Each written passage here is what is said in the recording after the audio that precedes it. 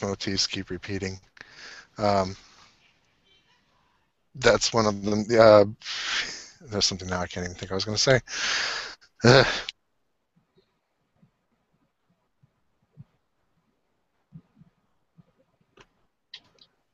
I don't like using my laptop without a mouse because the touchpad is just so crazy. I end up dragging stuff all over the place. Yeah, I gave up on the touchpad. Of course, my laptop is like 5 or 6 years old. It's ancient.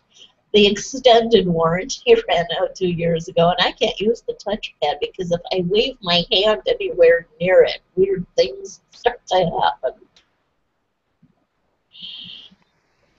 Oh my goodness, I'm looking at the Bible Geek Hangout page, and it's my picture right there. Oh my goodness, it's horrible. Yeah, I just wanted to comment on the early tribal league and the comments you made about that. I think it was more or less them having ancestral worship, mainly following from a tribal leader that they held in high esteem. Not that they were gods. The difference would be, and I think Noel Friedman pointed this out in a lot of his books when he had the documentary hypothesis going on his book, Who Wrote the Bible, with the different names of the divine. So you had one El Shaddai, Yahweh, Elohim, El. So when Joshua says in that text, choose you this day who you will serve, as for me and my house, we will serve Yahweh. So it's quite interesting on how they tried to unite the early tribal leagues. They had huge problems, especially trying to get together for even protection, because someone would, show up and then others would not. You read in the Song of Deborah how some decided to join and some would not. So once Saul ended up becoming king, and he slices the bull and sends it to the 12 pieces to the 12 tribes. That's like walking between the pieces. That's saying you better show for holy war, or we come find you. And the same happened at the rape of the girl who was left out, and from the tribe of Benjamin, who were responsible. They sent 12 pieces of that girl to each tribe. That means if you don't show, we come find you. And they had a huge civil war. So part of it was, for protection against a lot of the neighboring areas, and also for uniting, the early tribes, according to that hypothesis. It's quite interesting. Yeah, I have Friedman's book. I have several by him. A lot of times my problem with these guys is that they take too much of what's going on in the Bible as like a clue to what happened. A lot of those stories are far removed from the actual events, and it's been idealized, mythicized, mythologicized, whatever the name is, to the point where even the authors themselves did not always recognize exactly what was going on. And it's like we have a little bit of an advantage from our point of view because we have access to like a lot broader things like comparative mythologies and that sort of thing that they might not have. So in some of the characteristics of the deities that are very subtle and hidden in the stories, we can see a lot plainer than those who wrote it at the time. Dang it. Oh yeah, definitely. People like Joseph Campbell really love to talk about that stuff. However, what I find, I'm not against Campbell, I love him. But what I find is a lot of times he himself would have confirmation bias about what he's seen in a lot of other cultures when he did his compare and contrast. So that's a danger too. So you're right. There are folk tales, definitely. There are ways of storytelling because that's the way history was retold. It's part of the process. Like the Iliad, the Odyssey, even Herodotus. You read that, it's amazing. I love it. However, like, you can still go back and possibly find archaeological evidence of, say, Troy. We don't know if everything that happened there between gods and men was true, but there's people digging up the place on what they hypothesize that it is.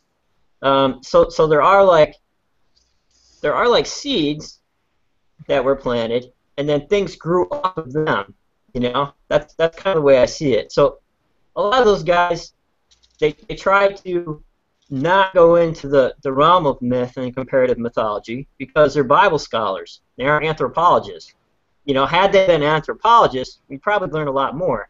But it's our job to look in those other areas, and it's their job to be more narrow, I think. Yeah. Oh, I would agree with that. Although it would be helpful if they had more generalists as scholars too that kind of put the things together. Because if everybody's so narrowly focused, there's nobody tying all this stuff together except the layman, us, guys like us. And, I wish I knew a lot more about some other stuff in order to be a better judge about how this stuff fits together. I wish I knew more about Egyptian and Mesopotamian mythology, actually. But yeah, it's like a lot of people, and especially Christian Bible scholars, they almost act as though Israel existed in a social and cultural bubble. And it's like, sorry, but their religion was being cross-pollinated by just about everything that came across the land bridge between Africa and Asia, which is why Israel is the most fought over piece of real estate on the planet, is because it is on that land bridge. So if you control Israel, you control the state trade routes. At least back in the olden days. Yeah, I think if you read Canaanite literature from the Ugaritic text, you can see a lot of stuff like that showing up, especially in the older Psalms. It's excellent when you read it. So to me, when I read El in the Hebrew literature, I'm kind of thinking of El, the great God. And when he splits everything up, he allots Israel to Yahweh, his lot. And so you have the nations and things like that being divided up. And also, there was an excellent book, and I think I mentioned it before on video. It's Ancient Near Eastern Texts Relating to the Old Testament by James Pitchard. And he had references, and even walking through the pieces is found in the Hittite text, where the whole army does that. And also, I really loved reading through Samuel once again after studying the Iliad and the Odyssey in the Homeric epics, and also the Homeric hymns, because there, a lot of the battle scenes and all this stuff adds so much to what is missing in biblical literature on how warfare was done and maybe how it happened in speculation. And it makes a well-rounded story, the kind of stuff maybe that was only written by priests and not people familiar with being in the military field as maybe Homer was. Because don't know that the Iliad would be a reliable source about how warfare was done. I forget where I was reading that it was pointed out that the heroes in the Iliad seem to use chariots as a taxi to get to the battlefield, and then they'd hop off the chariot, and it's like, no, that's not how chariot warfare was done. Well, I think the competition between David and Goliath could very well be like the whole army sits down, like between Menelaus and Paris. You get a lot of that going on. Also, the taunting between soldiers. But a lot of that is missing from biblical literature. But, the spear going through the mouths and coming out the back, all that's missing. All the gore is missing that Homer had.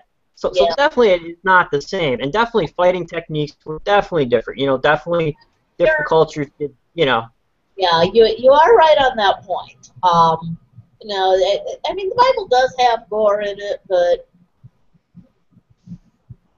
yeah, basically when I read the Bible and knowing what I know about the background, it has a very whitewashed feel to it. At least the Old Testament does. So, In what sense? In what sense? Oh, well, for one thing, I actually, well, even back when I was a Christian, I read the Bible and I actually did find the references to human sacrifice and, even infant sacrifice commanded by Yahweh. And I'm like, what? And then it's like a few chapters later, it's like, oh, but you can redeem it with the lamb because Israel, Passover, lamb, whatever. It's like... Oh, you mean like some of the stuff in the earlier parts you can see kind of Yeah. toned down in the later parts. Yeah. Well, basically, about the time that the Yahweh cult really got into power and decided that human sacrifice was a bad thing, but they realized that basically in their history, yeah, actually, we did do this, but we want to pretend it didn't happen. So they kind of, yeah, soft pedal or tone down those references, or, it's like, no, actually, they didn't sacrifice the firstborn, it was redeemed with a lamb. Like, come on, I read it, I've heard some people say that circumcision may have been kind of a redeeming, so to speak, of the full-blown, like, sacrificing your first child. Has anyone heard about that? I have heard about it. I know that in most of the surrounding cultures, they practice circumcision, but usually not until the boy reached puberty. So, but I mean, Exodus, Leviticus, Numbers, Deuteronomy do make a really big deal about wanting to make the Israelites a separate people from the people around them. It's like, we're special, we're not like them. And,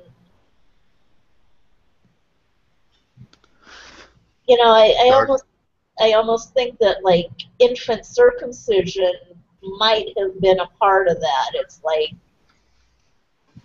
rather than be a rite of passage, it was the mark that from the very beginning we are set apart from those people over there.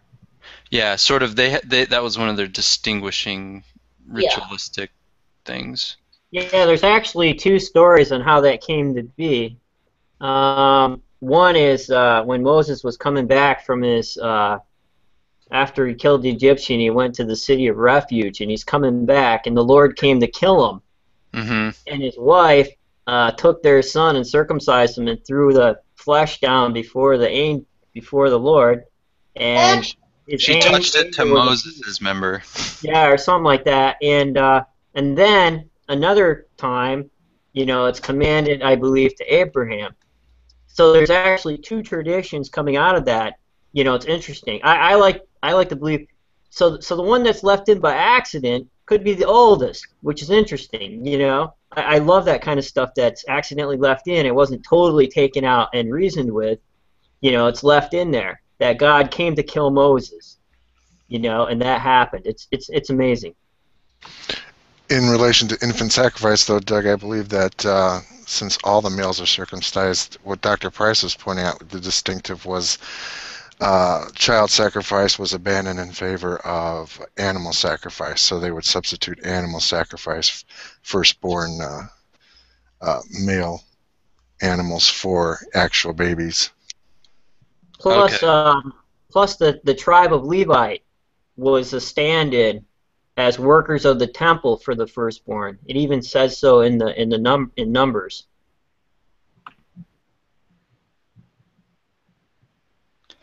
Now, just to pick up on one of the things you guys mentioned earlier about the Canaanites, was, as far as we can tell, was Yahweh like a subordinate to El or to Baal?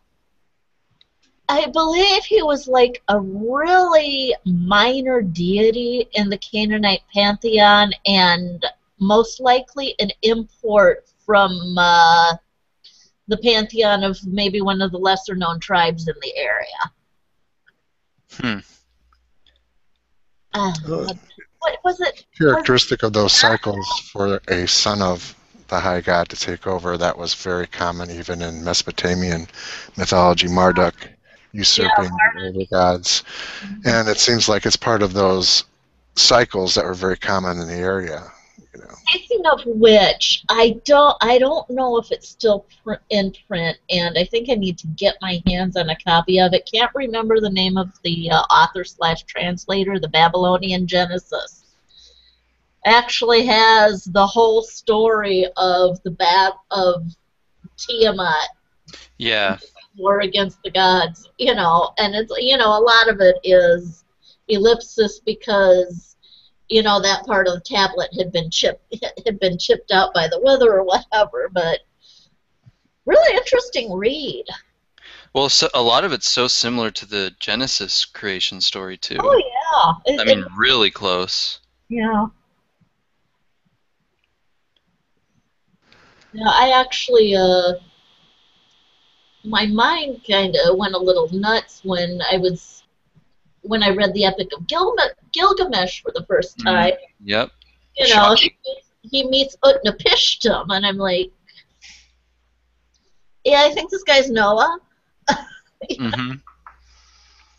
Yeah, my favorite part of that story is when he sees Utnapishtim laying under the tree in the wherever he was in the everlasting divine realms, and he said, I thought you'd be some heavenly being, but here you are as I am, relaxing under a tree, and he asks him, how he lives forever. It's pretty amazing. I just love that part. Oh God, I lost my copy of the Epic of Gilgamesh.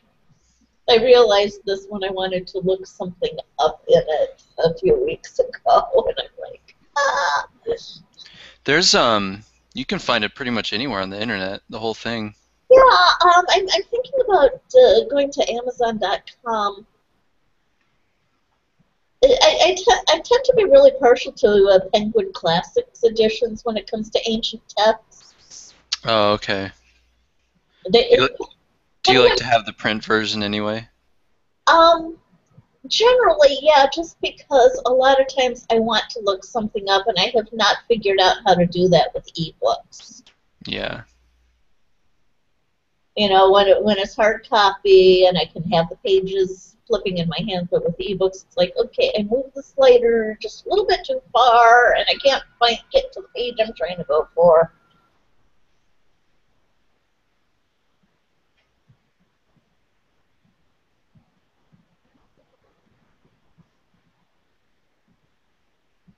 Yeah, I'm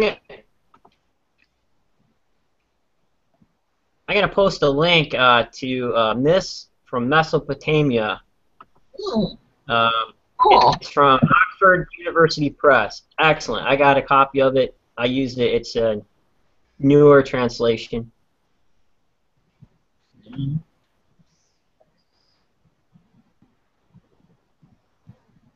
I'm waiting.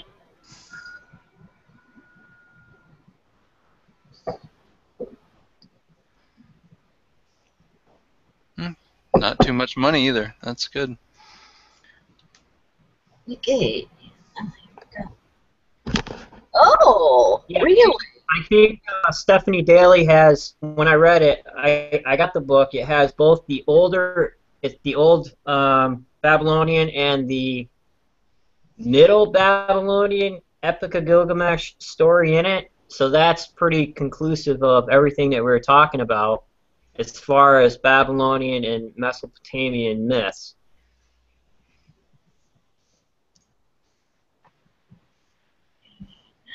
How long is this book? How many pages? Well, hang on, I'll go get it off the shelf. Oh, yeah, no. Let's see here. And stock from ISBN 368. 368.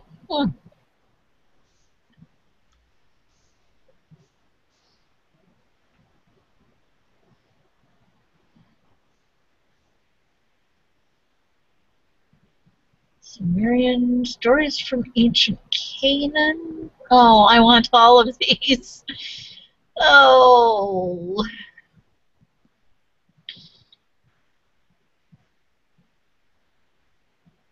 Wayman, I hate you. You made me have to want to buy all of these. Wayman went. Wayman. He must be looking for the book. He said he was going to look it up. Yeah, he said he's going to get it off his shelf. Yeah. Oh, there he is. I don't know where it is right now. I had 2 stacks of books around here someplace. Oh, here it is. Yeah, it's from Oxford World's Classics. And so total. Is it a massive tome? I like total, massive 339 pages. Hmm. But that's not too bad. It's got everything in it, like I'm saying.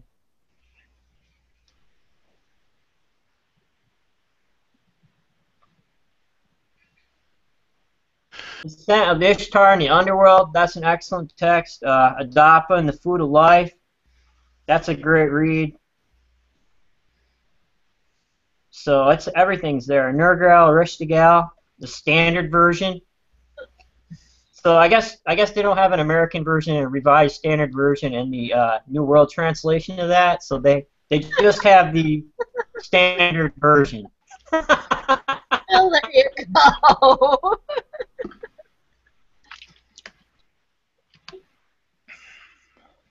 Okay, here's an excellent book to read. Berossus and Genesis, Manetho, and Exodus. Hellenistic Histories and the Date of the Pentateuch. I wasn't 100% convinced of his theory, but basically is, if you look at the myths, the supposed parallels between the Bible's myths and that of Babylonian Mesopotamia, there's the evidence suggests that it's not exactly direct borrowing from the myths as they are. They do seem to be characteristic of the myths as recorded by these authors, Berossus and Manetho. So his thesis is that the writers of the Pentateuch did not borrow directly from the myths as they were mediated by various tribes over time to them from there, or they didn't take it directly from any experience in Babylon, but rather was put together probably somewhere in perhaps Alexandria or somewhere where they had access to these works that were sitting on the library shelves, I guess. Now, is he saying that he doesn't think, for example, that... Is he talking only about the Greek myths or even Mesopotamian, Babylonian? No, Berossus and Manetho wrote extensively about Babylonian myths and so forth. So he's basically saying that the biblical versions are closer to their written accounts from what we have, fragmentary though they are, than it would be otherwise. For instance, if you looked at the creation myth in Genesis 1, there's parallels supposedly between the slaying of Tiamat by the gods of Babylonian and earlier than that, Sumerian. But the various points that have been going into these myths seem to be more related to how they were presented and preserved in these Greek scholars. So he's saying that whoever the authors of the Pentateuch were probably used the writings of Manetho and who was the other guy? Berossus, yeah.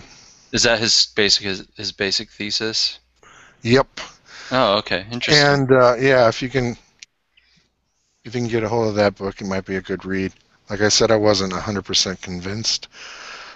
Although there are some myths that I think he disposes of pretty well. For instance, the idea of the relationship between the Hyksos and the Jews, I think that is probably covered well enough to be that there is no relationship in the way that some scholars want in order to kind of like tie them with Egyptian history. Mm-hmm. Because a lot of what's in the Bible just isn't there in Egyptian history, archaeology, and literature. So if they can say, okay, well, the Jews were the Hyksos, then okay, now we've got something credible to hang all this stuff on, and dating to go along with it, I suppose. I actually saw a documentary on the Exodus that basically posits that the Jews were the Hyksos and that the story of the Exodus is really the Hyksos expulsion from Yeah, Egypt. that's been around a long time, that theory. Yeah, it totally didn't make sense to me because it's like, okay, but the Hyksos were the rulers of Egypt. They weren't slaves. Yeah, it's because they are thought to be a Semitic peoples that they think that's the connection right there. So they kind of string these out as best they can. Now, what weaknesses did you said you weren't totally convinced, like, what were some of the things that you thought were, like, weak about his theory? Oh, it's been a long time since I read that book. Oh, so you just remember basically that you weren't totally convinced by it. Yeah, it was just something I breezed through pretty quick. I just went right to the heart of it. Okay, exactly why, what evidence do you have for this specific, what in Genesis looks like Berosus, what in Exodus looks like it came from Manetho. And since it didn't convince me, it didn't really stick. Mm-hmm. But That's not one of the. wanting to always stick with the most radical positions, I do try to read other stuff, that it goes contrary. I'm looking for a book somewhere in here that I have. It's basically, it goes into an in-depth, too, and it questions some of the etymology, for instance, the equating of the Tehom with Tiamat, and it goes into quite an interesting analysis of how that, that's not as strong of an idea as a lot of source critics and so forth of the Old Testament think it is. Yeah. So, and I'm always willing to listen to counter arguments of positions that I might hold or might favor in some way. That's one of the things I kind of struggle with on these parallels. Like, I think in some cases they're so strong, like the parallel between the Epic of Gilgamesh and the flood account in Genesis. I think that's so close, it's undeniable that there's some kind of connection there. I mean, there's specific little details that are that are the same. You can't. That's hard to ignore.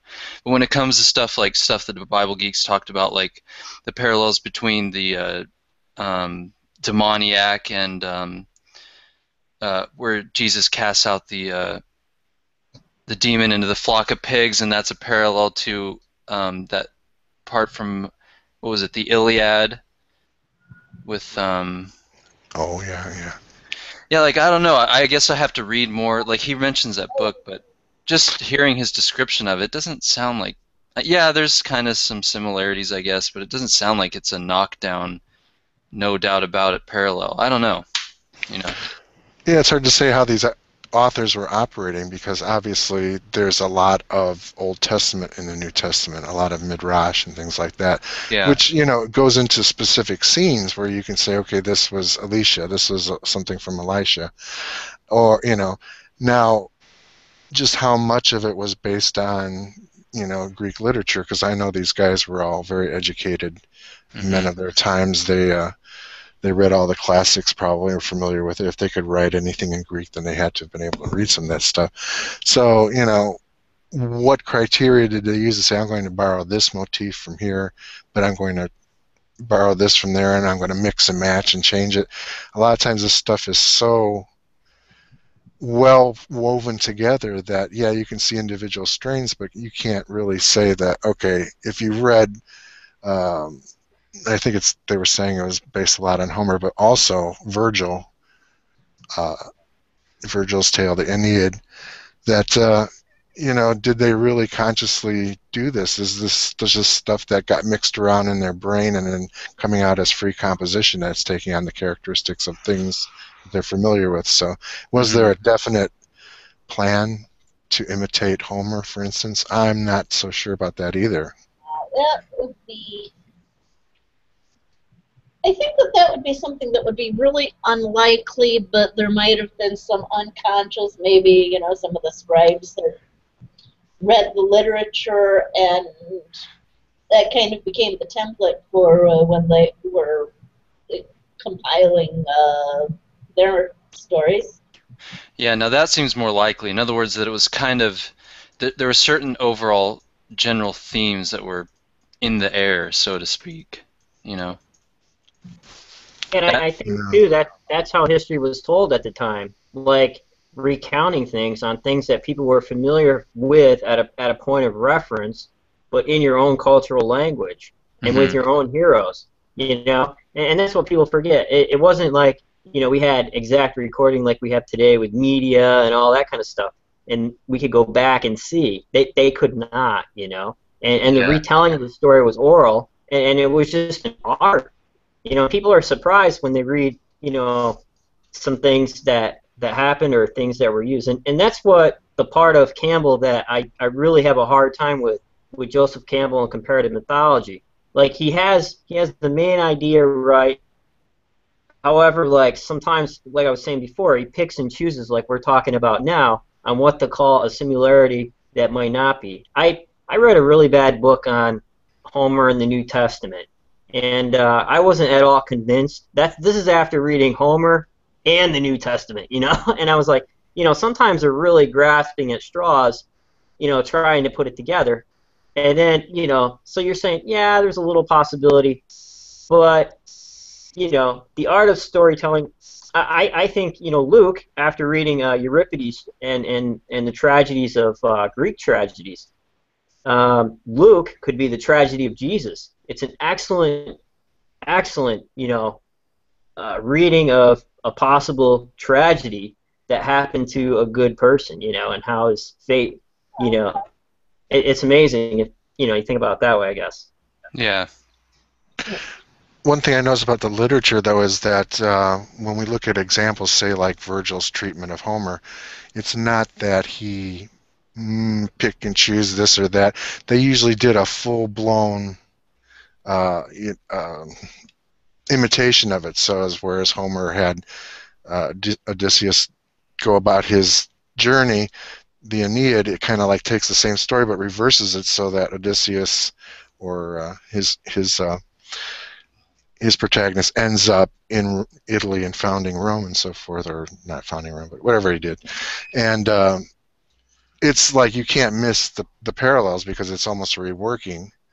And there's not a lot of examples of, if you think that the Bible is something like that, that combines all these different motifs and makes it so very subtle that you really have to spend the last 200 years of scholarship for Dennis Ronald McDonald to come along and point out all these similarities. If it's that buried, then, you know, it just doesn't fit a lot of the mold of how other people were using these classical stories, motifs, and literature that they're familiar with. It's like, you almost have to say it's a whole new different genre of some kind. What do you guys think about the possibility that some apologists use about, just to give one example, of the flood in Genesis and the Epic of Gilgamesh? Like, I've heard a lot of them say that the influence went in the other direction. In other words, that even though our oldest physical copies, or, you know, our oldest, like I think the Epic of Gilgamesh we have actually on like tablets, but which is older than any copy of Genesis we have. But they're arguing that, well, actually the Israelites, that's originally where the story came from, and that the Sumerians took it from them. Like, can we actually even make a judgment on that, which direction the influence went in? Well, Well, I think later texts you can. Like I've definitely read texts where saying, oh, you know, definitely these were influenced by Hebrews. It's amazing when you find it. However, Mm-hmm. an apologist, as Bart Ehrman would say, an apologist is nothing more than an evangelist disguised as a historian. So you have to be careful, like when you're dealing with these guys. You know, they're preaching to you. They're there for a sermon.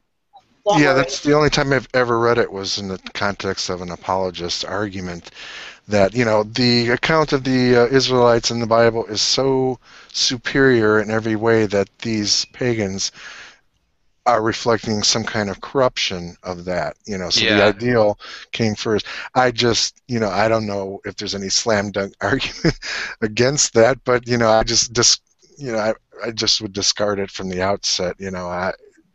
I have a naturalist bias, and I'm proud of it. There actually was a flood. It was there actually was, and I know everybody's heard the local Mesopotamian flood theory. There actually was one. It is, they actually have, it's a matter of historical record that a good chunk of the region around the Tigris and Euphrates did get flooded. Yeah. I don't think it was the entire, river system, but apparently a good-sized city, which I cannot remember the name of right offhand, was wiped out. And there were like accounts of, just rafts of bodies floating. I think it flooded like to 16 feet. Yeah, when they first excavated in Iraq, and came to these flood layers, and they thought, oh, Noah's flood, right away. Can you all hear me? Yep. Yeah. All right, cool. I think if I recall, the earliest copy of Gilgamesh is in the one of the Assyrian library, Ashurbanipal, right? If I recall. So if that, in order for that to have been influenced by the Hebrew story, wouldn't an apologist have to argue that one of the greatest kingdoms of the ancient world decide to adopt as their foundational myth a story from one of their conquered people? That's kind of a rewriting of how anthropology works. They also found some Sumerian not tablets, I think it's a stone prism or something, that has partial text of a flood myth from Sumeria. Now we're talking the beginning of civilization, so I don't think there's any really need to even argue that which came first, in my opinion. Yeah, I mean, I agree with you guys. I'm just, I hear it, and it's kind of like, well, what do I say to an argument like that? Because there really can't. Obviously, yeah, it seems absurd that, like you said, one of the most powerful kingdoms in the region at the time would be borrowing a myth from one of their subjugated peoples. That does seem crazy. You know why they would do that? They would do that for forced assimilation policies. Now, the Greeks, they didn't have a problem sharing their views with Rome. They handed it over. Rome adopted all that. So when the need it's written to validate a Roman line, an emperor line, from Aeneas, who was part man, part god, to validate for political reasons. Saying, here, we came from this. We're the other part of the Trojans, the ones that you fought back at Troy. The Greeks loved it. They said, here, Plutarch wrote on it. They totally handed it over. Hebrews, very anti-assimilation. You could not assimilate them. They had anti-assimilation policies in place. The Greeks tried to do it, with Antiochus and everything. They tried to force feed them pork, all kinds of stuff. Totally rebelled.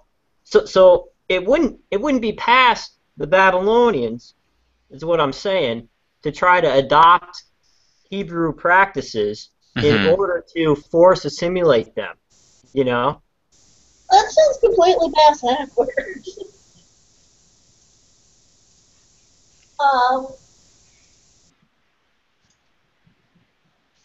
Given the brutality of basically most of the empires that were around at the time, except possibly Alexander and the Medo-Persians, I would say that the Babylonians would be more likely to have exterminated them than absorbed their myths into their own larger mythology. Well, something that might help us is, are there any examples in the ancient world where we actually have evidence that a more powerful kingdom is adopting myths, or at least being influenced by the myths of one of their conquered peoples? Like, are there any historical examples of that happening? Yes. The Temple of Esna in Egypt was a Roman temple built in Egyptian religion. Also, the Temple of Isis and the Isis cult coming into Rome. Definitely. Like Egypt at the time was a Roman bread basket, and it was huge. Rome absorbed tons of Greek culture just naming the gods, all the same characteristics. So if you want to read the Greek form of the Iliad, Athena is now Minerva. It's amazing. Also, some of the scholarship that we're familiar with is kind of becoming out of date, because now the consensus seems to be moving towards those anti-assimilation policies that people assume were in place were really either not there or very ineffective. In other words, there was quite a bit of Hellenization moving into Jewish philosophy, culture, and so forth than apologists might want to admit, because that plays into some of the ideas which they consider uniquely Jewish, uniquely Christian, could have developed in a mixing pot with pagan ideology, which is something they don't really want to to admit to. So it seems like there's a movement now towards the fact that there's quite a bit of assimilation during those times. Yeah. Yeah, I think too. What you're saying is right. Even though they had these policies in place, the enforcement of it may not have been all that strict. So when you read the text of, say, Maccabees, and you read the ruling things, that might be, the writers or the priestly view of that, Partly whereas propaganda. the other people, right, the other people may have been assimilating underneath that, Yeah. So then, I mean, even if it's not necessarily the most probable possibility, in the case of the Genesis flood and Epic of Gilgamesh, it is at least possible that the influence went the other way. Yeah, there was no reason for a bunch of desert-dwelling nomadic herdsmen to develop a universal flood myth, especially since when they were digging in Iraq and they thought, oh look, we've discovered Noah's flood, and then after more considered study, as archaeology moved away from biblical archaeology to actual scientific archaeology, they realized that yes, these did occur sometimes very early strata of these cities into the Sumerian, Ubadian, and other Proto-Sumerian times. So with things that give rise to flood myths from cultures that are that old, there's only one direction that influence can flow from that, because of the antiquity of the floods, the antiquity of the civilizations we're dealing with, and the fact that Jews were involved with Mesopotamian culture, whether you accept the exile into Babylon as historical or not. There was quite a bit of Mesopotamian information flowing into the area of the Levant and influencing other cultures as well. Yeah. Well, I think too that all those other nations, they had their own epics of their own beginnings, and the Hebrews may have written, the Torah or whatever to present as an epic of their own people, as their own beginnings. Where Adam is the first man. And if you think about it that way, it could be in retaliation to, or in competition with the other ideas. The trouble with that is that if you're looking for origin myths, once they start studying comparative mythology with the other Mesopotamian, Canaanite, other cultures, it's so darn close that it's almost like they ripped off somebody else's origin myths. Now, whether they are writing for a polemical reason, okay, this is what these pagans believe, and we're going to change it to make our God look good. That process seems to be way too close and parallel for it to be something that just sprang up indigenously from these tribes located where they were in the time they were. Well, if Genesis was written, during the Babylonian era, we can think that the god Yam is a Canaanite deity of the sea. Yam means sea in Hebrew. Mu was the god of death who swallows Baal. Mu is death in Hebrew. sun, I believe, is Shamash in Hebrew. The Kokavim, or the stars, or the heavenly beings. So already you have like 3 or 4. I think when the divine being or God says, "Let there be this," it shows that those deities did not pre-exist in retaliation to the thinking that they did, and just came into being, which shows the Hebrew deity being all-powerful because he can just speak it, and without trouble, order is created out of chaos, and you have these structured days and whatnot, you know. Yeah, but what you're saying then is that their entire origin myth is straight out polemic against somebody else's myth that they're trying to refute. Doesn't seem like they're bringing in any of their own material. They're just making it up in opposition to other people's beliefs. Well, maybe they had to do that in order to understand where they were at the time and become separate, which is something that Judaism has always strived to do.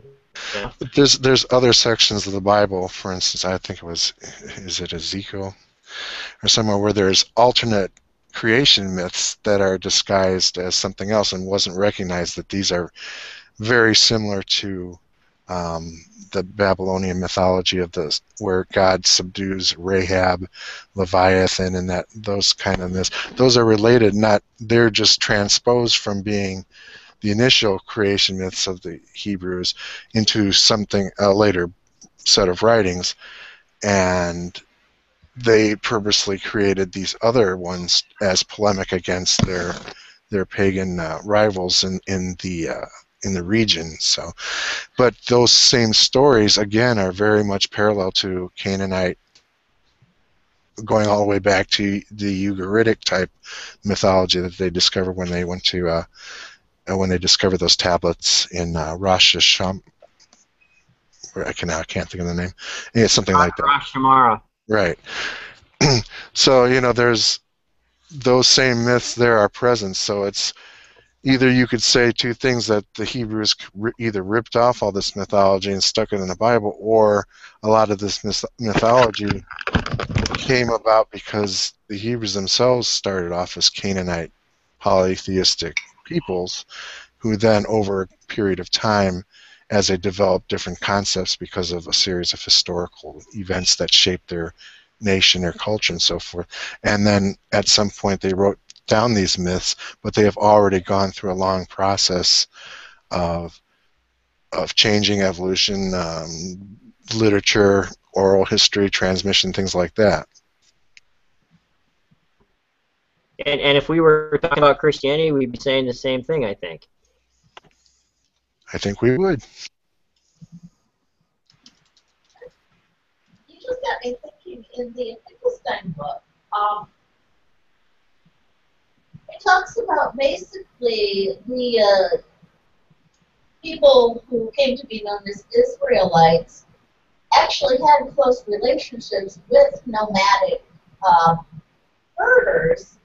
Basically, after the harvest, the herders would come out and graze their cattle on the stubble, and the cattle would fertilize the land for next year, and they would trade bread and grain for meat and dairy or whatever. And so there was probably a lot of cross-pollination between the mythologies, just because the two cultures had so much contact with each other. I think a lot of the scholarship also kind of wants to get people away from seeing much of a distinction between all these people, especially early on. So there may have not even been, until very late, distinct tribes that you could consider as Hebrew. They were all basically just Canaanite peoples. So they shared similar lifestyles, similar textiles and pottery designs, housing, that kind of stuff. And they also shared, their religion and mythology for up until a point. Near as I've been able to put together, basically the Israelites were basically kind of the equivalent of living in the boondocks, and actually did have a different culture, but they were basically basically the same people, you know, as ethnically. I mean, just different kinds of traditions developed in the rural hill country as opposed to the urban areas. Right. And also there was if they were living up in the hill country, then their lifestyle is significantly different from semi-settled or even settled other peoples that were living in the area, because there were several uh, very prosperous cities, towns, and that sort, because of the tourist trade.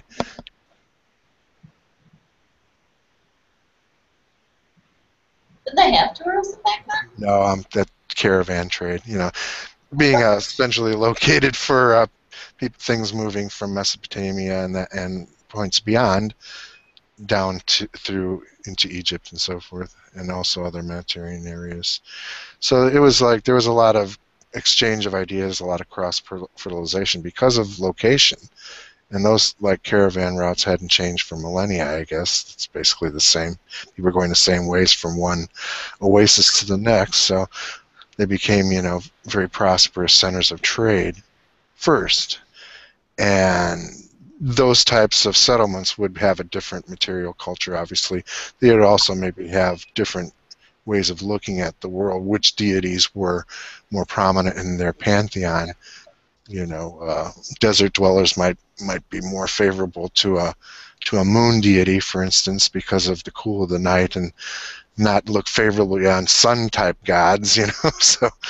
So yeah, but once they begin to exchange cultures and one culture changes to the next, because say like the weather changes, patterns change, and these people can become less nomadic and more settled, then they're going to be mixed in with peoples who have a different point of view, and the merging of these cultures is going to produce something new, more of a quantitative leap than a qualitative leap kind of thing. Well, I gotta hit the bed. Nice talking with you. It was very enjoyable. It's Yeah. almost midnight here. Yeah, I'm not. Good night. I'm not going to hang out much longer either, because I got to make sure my wife's up real early tomorrow. She's got a long way to travel to her new job. So. Well, I'm off to bed because I got things I got to do in the morning. So. Yeah, I'm good till at least another 20 minutes. Night all. Bye-bye, Good Loretta. night. Thanks for stopping by. Appreciate it. What's this First Samuel book?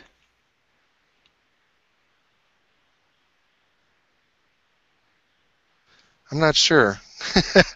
I have a summary of it, but this is supposed to be a slideshow. My desktop is supposed to show me a new book cover every 5 seconds or something, but it died or something like that. Ever since I moved away from my desk and went down in the basement where it's cool and quiet, everything on my laptop's been going crazy. Nothing's working, so, which is unfortunate, because in case Rob showed up, I had a Rob clock, so we could time him. Yeah, I was Okay, wondering Rob, about go.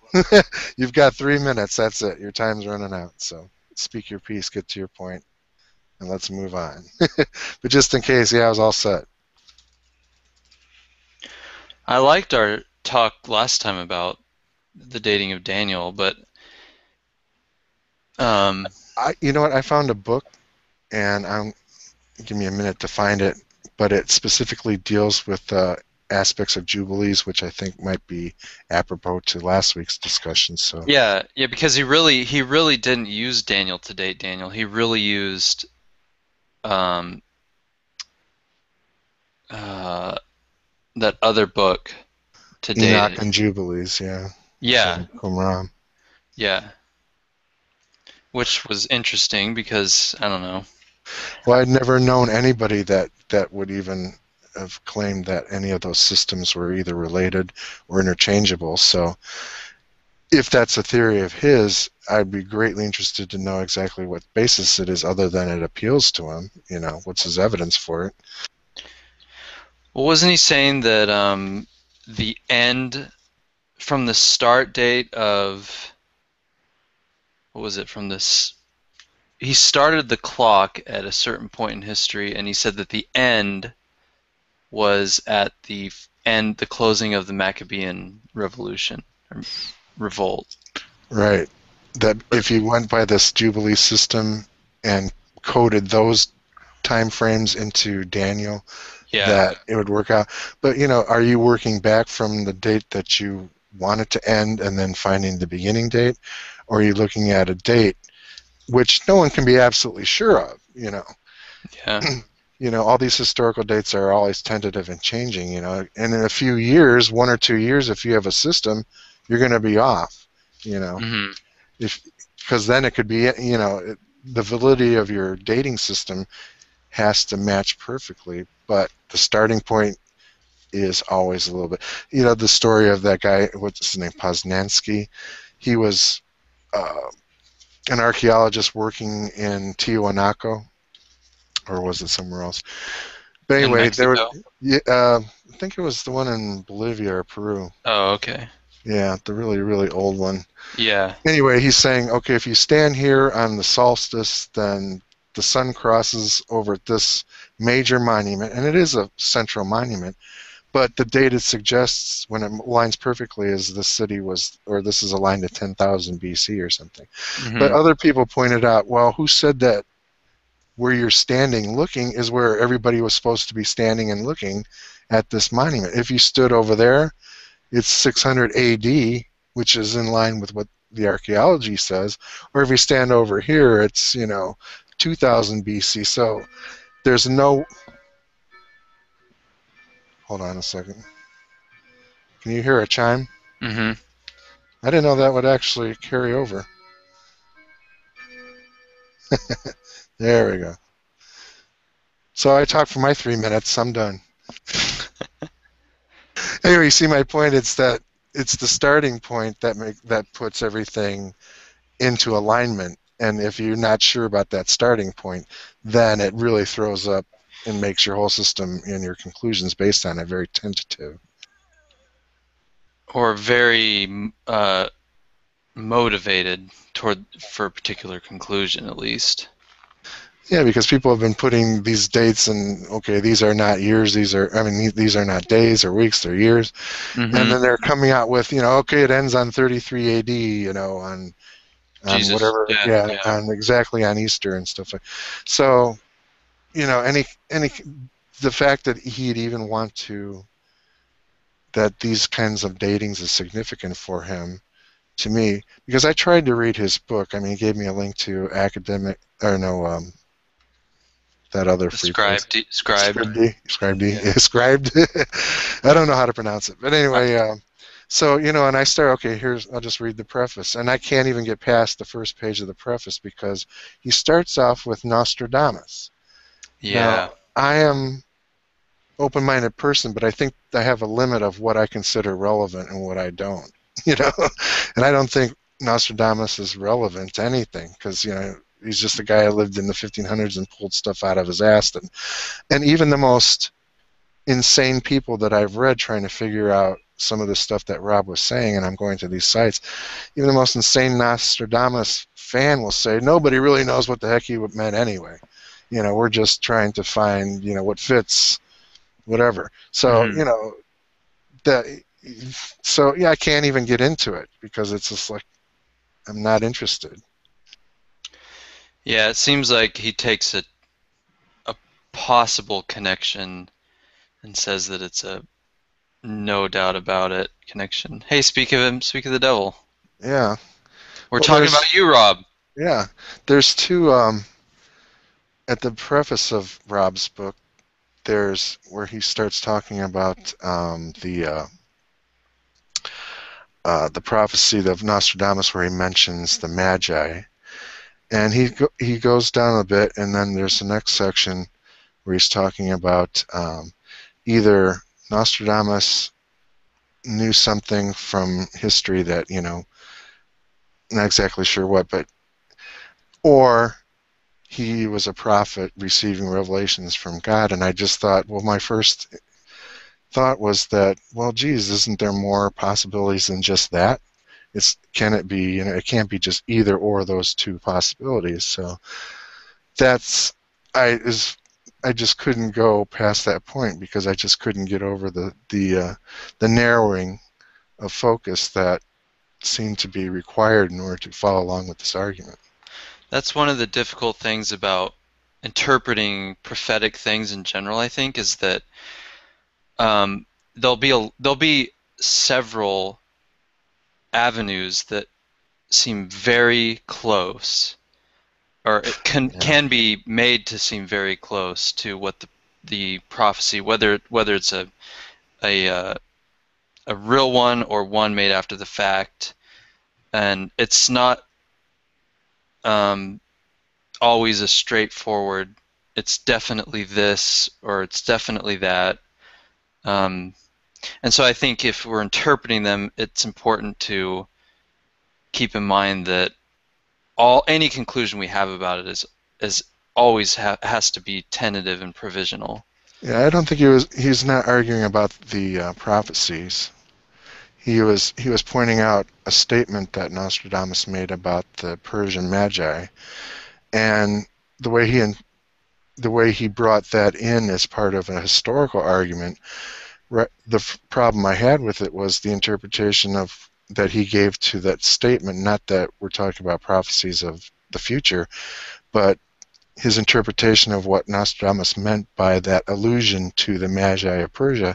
I thought there was more than just the interpretations he was allowing in the argument that followed, namely that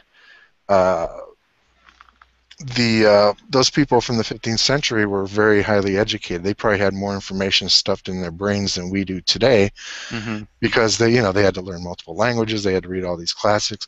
They were familiar with the Bible and the reference to the Magi in the Gospel of Matthew, and they were probably also aware of Magi as kingmakers.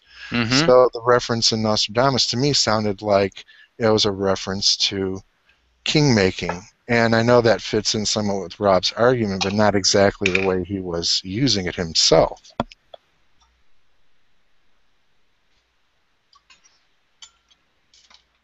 Rob, you want to jump in?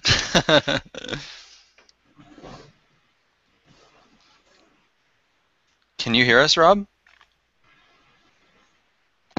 You guys can't hear me. You can now, I guess. Now I can, yep. Yeah, I didn't push the button.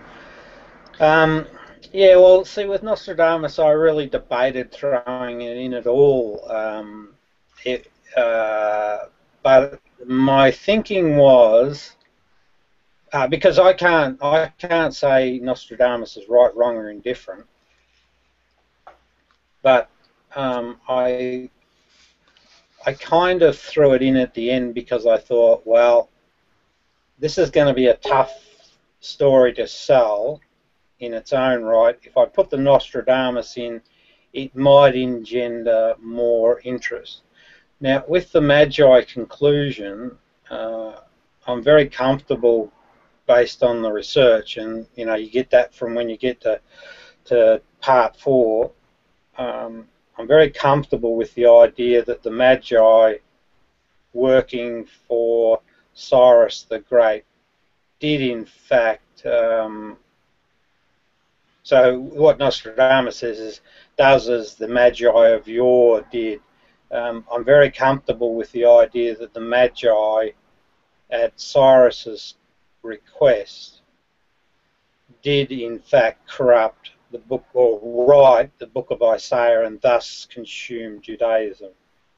And so that's the connection I make between that Nostradamus saying.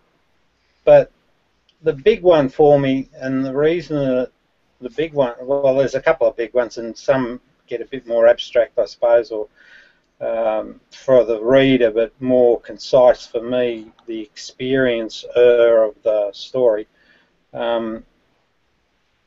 was the saying that said that basically the 3 temporal kings, and when I'd finished all my work, I'd concluded that the 3 temporal religions were in fact owned by kings, and I deliberately do call them temporal, because if you look at the prayer phenomenon, it's a mental exercise.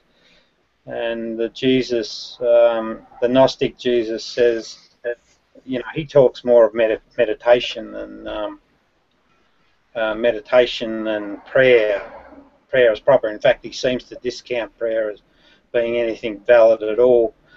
So that sort of reference used by Nostradamus to these three temporal kings sort of basically going by the wayside and then the true seat being returned, it actually made a heck of a lot of sense to me. It made perfect sense in terms of that's the way things should be. Those three religions need to be called out for the forgeries that they are. Not the religion per se, but the fact that empires got a hold of the religious story, and then what they did is they owned them outright and used them for control. And underneath it all, you've got the valid story, which is the Torah and the Nazarite way and Jesus the Essene. So, you know, when I read that specific Nostradamus quote, I thought, oh shit, this guy does know something, you know. I thought, whoa. You know, you got to sort of look at it from my perspective in that I've done this research and I'm very clear-minded that all of the prophecy that's in the Bible from Isaiah forward is post-mortem, right? So it's written after the fact. And, you know, every juncture that I came to, I was able to substantiate that claim. And here I am, I'm looking at this other prophecy, which has some Jewish and Christian connections, because that was Nostradamus' story. Well, I thought I should be able to then, by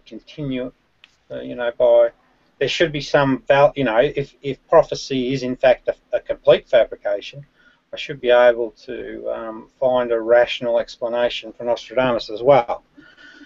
But unfortunately I can't, because it's got a different form. It's not post-mortem. It's all after the fact, clearly what it's talking about. So it certainly threw a cat among the pigeons. But well, one of the things was I went to as many Nostradamus sites as I could to see what other people are making of some of the same stuff, and just about every single one of them was different. Everybody had their own interpretation. So my first thought is that, well, this is just Rob's interpretation. You know, he's reading stuff into what he's reading, and it could mean anything, because some of these people are saying, well, we're not so crazy as to realize that nobody really knows for sure what the heck he was talking about if they take it as prophecy. Most of these places are taking it as like this guy has some kind of mystical vision or something like that, which I know you're not saying. But it's, you know, it's very open to interpretation. It's vague. The language is ambiguous. It's couched in ambiguity, and so if you do see something that relates to it, you probably, in my opinion, are seeing things that aren't there. You're reading into it. Plus, Rob, remember, when we look at like Daniel, look at how close the parallels are between the Maccabean time period and the stuff in Daniel. I mean, it's just knocked down, just so close. Yeah, but it's, you see what I'm saying?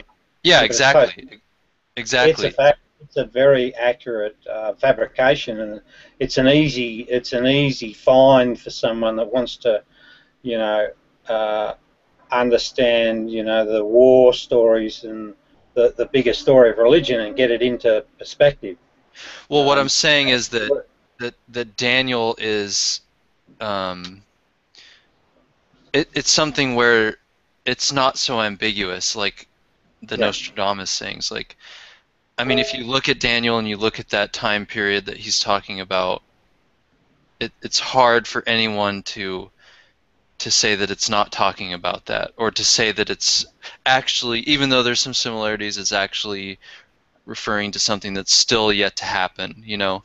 Whereas if you take stuff like the Nostradamus sayings, they're so vague and so ambiguous that it seems to be a completely different animal from what we find in Daniel and Isaiah. Yeah, so what I've got now is I think my collection's up to about, and this is the way it evolved, right? So the first thing, I'm looking at Nostradamus, and the only reason I bothered to stumble across him How did that happen? That was I spoke to a guy called Joe Atwell, who's the author of Caesar's Messiah, and he mentioned this Project MK Ultra, right? And I thought when I first spoke to him that the guy's sort of concerned about conspiracies and that. So I decided I'll go and have a look at that, and then within about 24 hours, I put together a whole bunch of links because it started making me wonder, well, what happened to empires post 325 if they are, religion post 325 if they are in fact corrupt? And within about 24 hours, no, probably 48 hours to be fair, I sort of grabbed a whole bunch of information that seemed to suggest that, wow, this story of corruption and politics is going on, and it's pretty clearly evident. And it was along that journey that I ran across Nostradamus because his name jumped out because of the Jewish connection, and so I'm having a bit of a quick look at that, and then one thing led to another, and I'm looking through it, and the one that really caught my eye was this idea that the 3 temporal kings will go down and that one will be returned to the seat. And that was my belief. I felt that would be a healthy thing for humanity if that were to occur. So with my interest spiked, I then just started looking at a few others, and I saw the one about the red and the yellow versus the black and white, and that seemed to suggest, and at that point I was conscious about Russia and China standing up against America, so I started to think, well, I wonder if that's got something to do with that. And then I just the yellow being China, obviously. You're talking about the Nostradamus material? Yeah, because I remember seeing a movie, it was in the late 80s with Orson Welles, and they implied that, the Antichrist was somebody like Gaddafi, and they had it all lined out. They had dates and everything. 1999 is the year, but, that date passed, and it's just that it doesn't matter whether they ever come true or not. They just seem to apply all the time and every time to any time. And look at all the guys that are using the Bible code or arcane stuff in the Bible to predict the end of the world. Like, if you look at their systems, I mean, superficially, like, hey, that kind of makes sense. He's got all these dates that match up, and then sure enough, that date rolls around and nothing happens. Hey, Doug, before I got to go, excuse me, Rob. Can you see on screen the Jubilee from Leviticus to Qumran? That's the book. I just got this today, and I thought this might have been relevant. That might have some information about dating and stuff. But this, if you can get a hold of this book, you might want to take a look at it. So, if you want to make note of the author there. Yeah. Okay. I'll just screenshot that. If you could just leave it there for a second longer. Sure. Go ahead. Yeah, because I got to go. Unfortunately, right, I'd like to stay up later for once on a Sunday.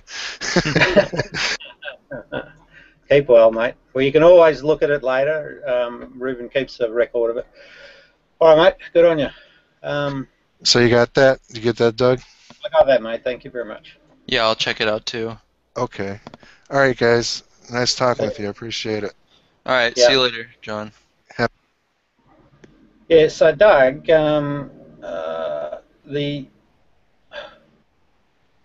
what was I going to say? First question.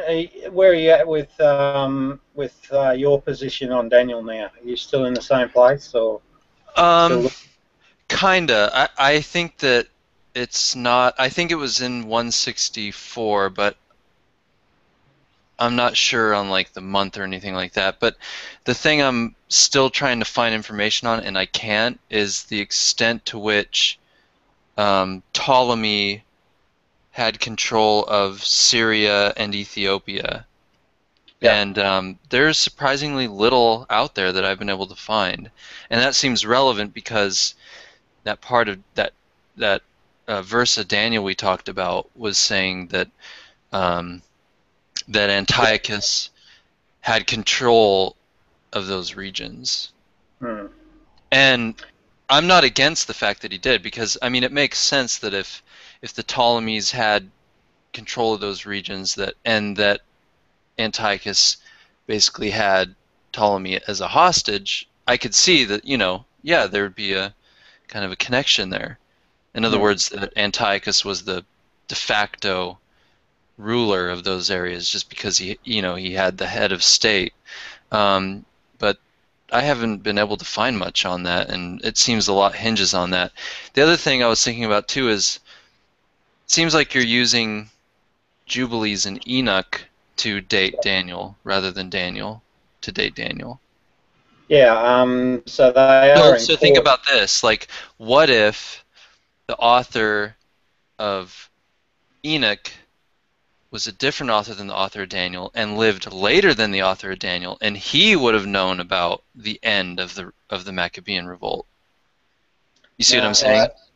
Yeah, I do, but when I look at the bigger picture, right? So if I go back to the corruption that is the book of Isaiah, the pattern was that they would rewrite history. So it wasn't just the prophecy or the biblical book itself. There was an effort to re-clarify or restate the history. So you would restate the history, then you would write the religious propaganda. They were a companion piece.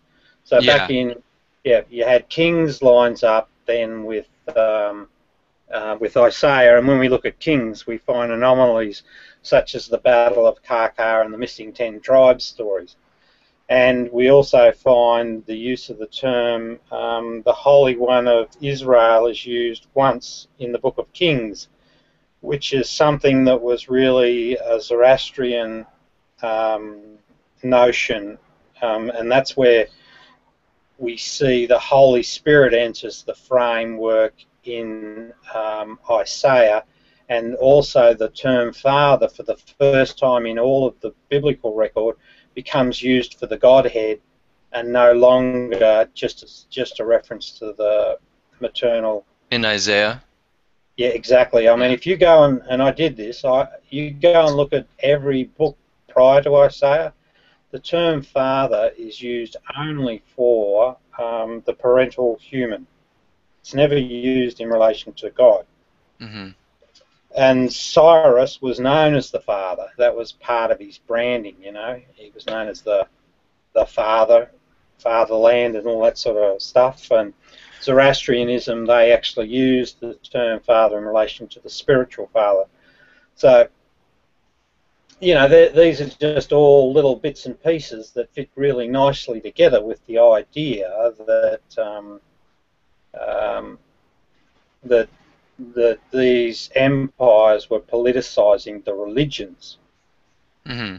So now, taking that viewpoint that their form is they rewrite history, then they do the propaganda. If we come forward to the days of Jesus, what we find is a historical record in Josephus, and this is all done around 73 AD, after the first Jewish war.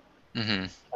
You see Josephus is the historical record, and then the Synoptic Gospels are the propaganda tried to religion. So it fits. Now, you think that Josephus was writing unbiased history?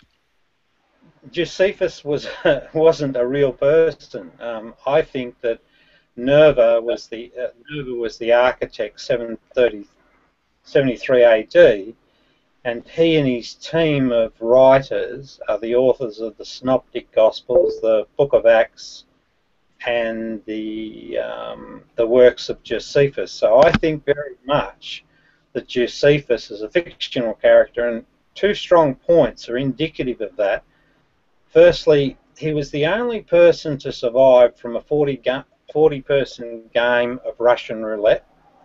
And secondarily, his family are wiped out in the story when he leaves Judea and is taken to Rome, and given the name Josephus Flavius in honour of his of the Flavians, who were the emperors of the day. So I hold the view that his character is very much fictional, but a lot of the story is based on, the propaganda or the retelling of the So massacre. who would have written under the name Flavius Josephus? Like who would you say authored the text that we have? Well, the only thing I can say with any confidence, any measure of confidence, is that Emperor Nerva, so he's the emperor that he becomes emperor after the last of the Flavian dynasty. Domitian leaves the planet. He's a figure that's in place under Nero and involved in the Pisonian inquiry, which is the point in time where we see the start of activities that lead to the fall of Jerusalem. We see him as a major player in that inquiry, and he's also gifted a very prestigious award. It wasn't a very, so it was something important that he did in relation to that inquiry. But we also see that he's gifted another similar prestigious award around the time that I'm saying that these texts were authored as propaganda to cover up for the brutality and the massacre that happened down at Jerusalem and the wiping out of the Essenes. So I say that Nerva, because he got that second award, because he's known as a literary, because he was highly regarded for strategic thinking, because he was absent from the court for a period of time, at the right time, that he's the architect, he's the key. And then underneath him, there would have been scribes that would have been tasked. One would have been tasked to do Mark, one for Matthew, and one for, because they were aligned to different target audiences, Mark, Matthew, and Luke. And the book of Acts, someone was tasked with that task because they had to rewrite the Pauline story, the Paul story, and then you needed someone to put together, using the 62 letters from Julius Agrippa, that's Herod Agrippa's son, who was also on the hit list for the Pisonian inquiry, so he would have been a captive in Rome at the time. So they would have used him, Paul, a bunch of people to pull all this together. So the scribes would have been feeding off this input to build the story that is largely architected by Nerva. He's the key player, it seems. Yeah, I mean, I'm still going through your book, and I haven't gotten to the stuff on Josephus, but it seems like even if he was a real person, I could see why he would be writing Roman propaganda, because according to the ordinary history of his life, I mean, he obviously surrendered to Vespasian, and I could easily imagine that even if he was a real person, he basically could have gotten terms of surrender, and they would have had to oversee and approve all of his writings, and probably forced him to write his histories in a way that was favorable to the Roman Empire. Given that he was essentially, taken as a hostage, or not a hostage, but a prisoner of war. So I mean, he was completely at their mercy, if he was a historical person. So that seems plausible anyway. Yeah. Well, it's certainly Roman bias. That's evident. Yeah, no doubt about it. Yeah. You got to remember that it's text that actually survived. So we're in the Roman Empire, so anything that survived under them was at their bequest. So it's something that they were happy to promote. But exactly. Also, you've got to look at the guy's age. I think he's only about 30-something when he's allegedly brought to Rome. So he's achieving a heck of a lot. Yeah, he's exactly 30 when he surrendered to Vespasian. Yeah. And prior to being 30, and don't forget, we've got some some significant leaders around too that would have been possibly. I'll be getting my. I better be careful with the dates, the ages there, because one of the things I point out, and I made deliberate effort to do in the book, was to point out ages at the time, because the ages are really telling. They tell you who the key influential people would have been, and they point out some juveniles that sort of seem to play bigger roles than seem appropriate for their age. But remember that Josephus would have been a Jewish elite, and I think in his capture he basically became, to put it roughly, a Roman ass kisser.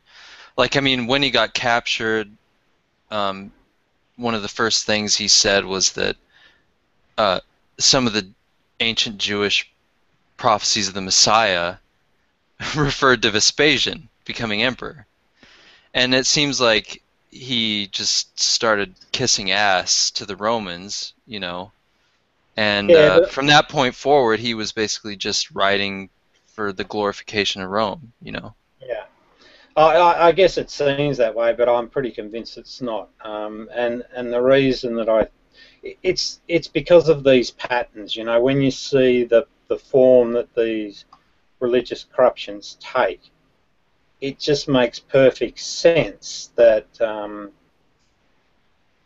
you know, that this was part of the propaganda. They had to rewrite the story because they're having trouble with the Greeks. And they needed to have a story that was going to be a better argument, if you like, down in Alexandria, because the Greeks, well, back in the days of Caligula was starting to, and I don't know whether the empire itself, but certainly Caligula was certainly backing the Greek tradition against the Pharisees, and that was a major problem for them. And you'll see in the book how I suggest that it was a coalition of Pharisees and Claudius, an alliance with Claudius, that actually led to the demise of Caligula. Mm-hmm. And so that coalition was Agrippa, Herod the Great, and we see historically that those guys actually, Philo's brother,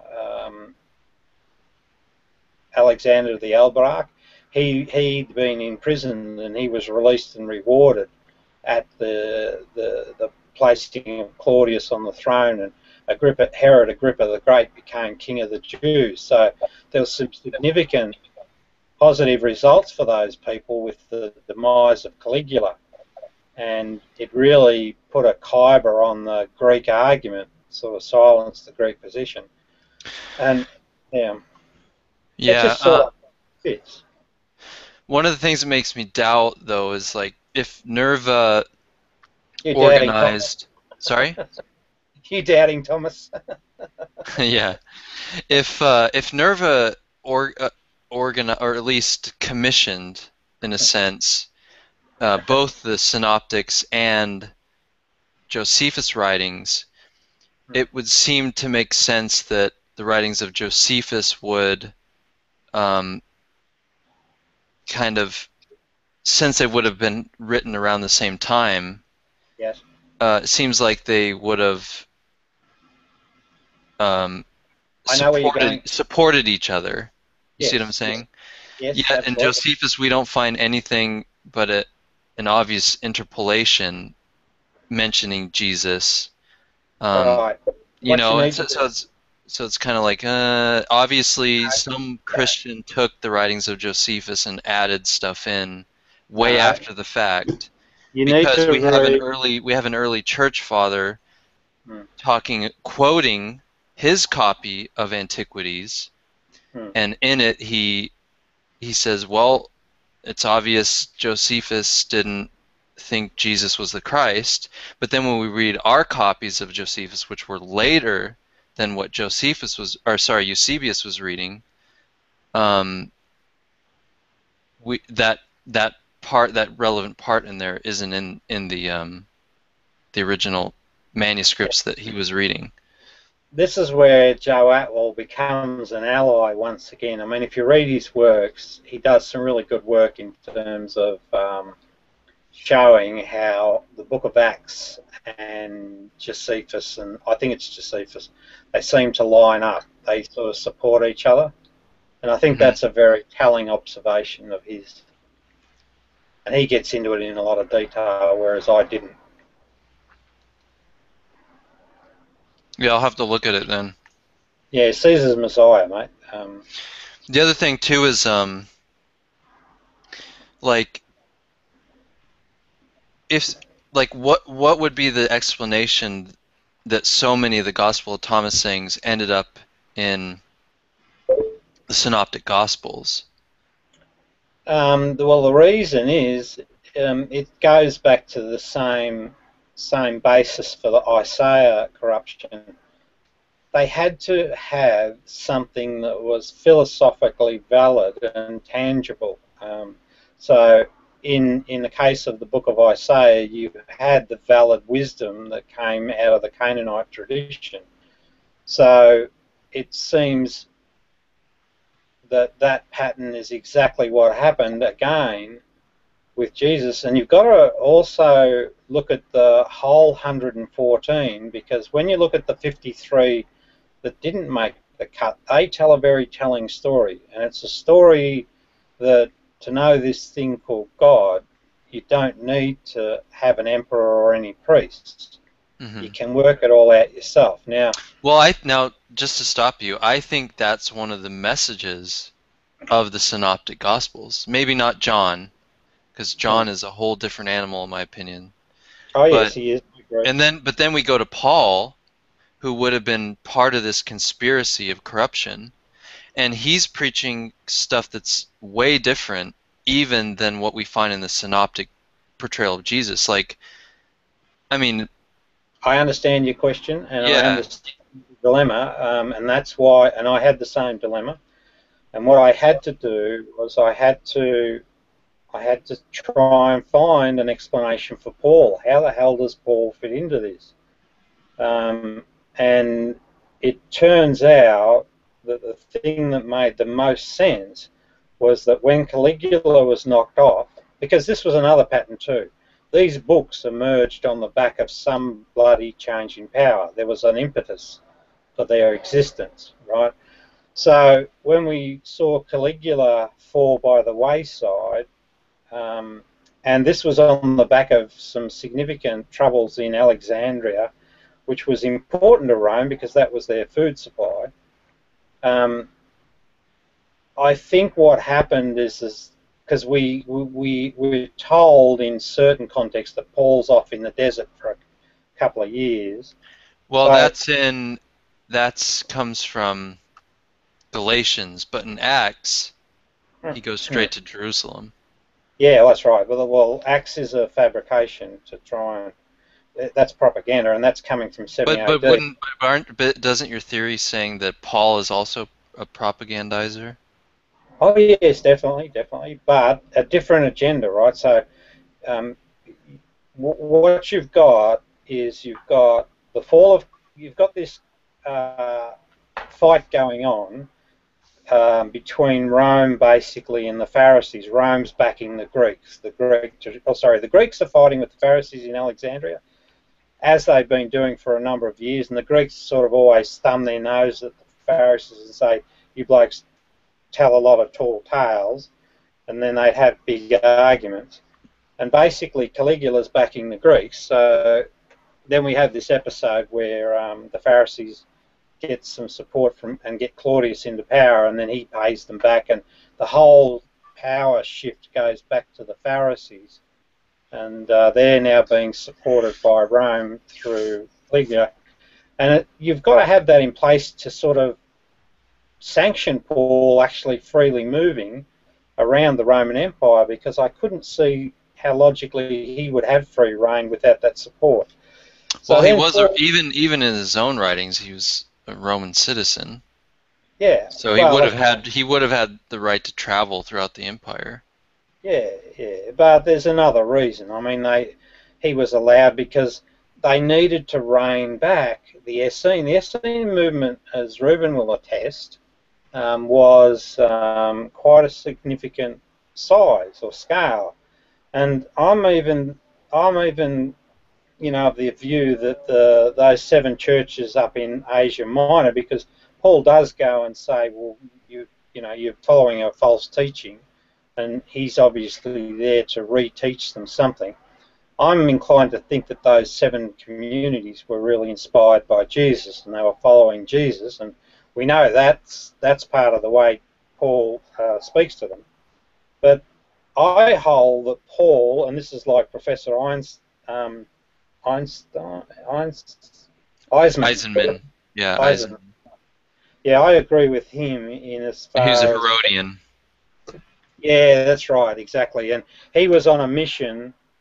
He's got pretty good arguments about that, by the way. I'm not convinced, but they make sense. Oh yeah, shit, they make a lot of sense. So what you get is, when you tie all that together, you get Paul charging off, trying to rein back in these Essenes back into Judaism, but he does it in a very subtle way. He presents as an insider, right, as a Christian, or and probably more correctly an Essene, and he's going to their churches and saying that scripture that you're reading about Jesus is false. Here's the true story, and it realigns with the New Testament. And the other interesting thing about Paul is that you don't get any mentions of miracles, and that's very telling. Or at least not walking on water miracles. You still get the Jewish resurrection concept and the Messiah stuff, which comes down the Pharisee track. That's spoken about, but there's no mention. No, there's no mention. There are, though. I mean, there's raisings from the dead. There's miraculous healings. No, you're probably... there are in Paul's writings. No, you're probably getting confused with the non-7. You got to look at the 7 legitimate ones, the ones the scholars say these are Pauline letters. Don't confuse them. Well, I don't even actually think that those are necessarily legitimate. I mean, there's good reasons to think that those are way later also. Like, if you read some of the Dutch radical school, like Von Manen, there's a lot of stuff, even in the 7 principal epistles, that denote a way later stage in church development. So either we have heavily interpolated Pauline letters, or sorry. The dating date, at least what I've sort of read, is 51 AD. So there's no. See, I'm torn on this. I'm honestly agnostic, but if you read Von Manen, you might want to, because I think he has exceptionally good arguments. I'm not completely convinced by him, but he points out that a lot of the stuff in Paul's writings seems to date from the 2nd century. Right. I'd say he's even wrong. In the 7 principal epistles. Yeah, no, I don't think he's right. And well, I think you should at least hear what he has to say if you're interested. Well, yeah. Well, I'll tell you why. Because there is a definite problem here, and it sort of, and it becomes difficult in the argument. But right through history, what I'm saying is the Christian church is not a goody two-shoes operation. It is very much a servant of the empire, running that agenda, and through history, and certainly we can say that about the Pharisees of 1st century AD. There was no shame in retelling the story, corrupting the story, confusing the story, confounding the story, and also there was no... So, like, if you go back to 1st century Judea and the Pharisees, there was efforts to squash the Golden Chariot story. There was the marking as apocrypha of the Book of Enoch and the Book of Jubilees.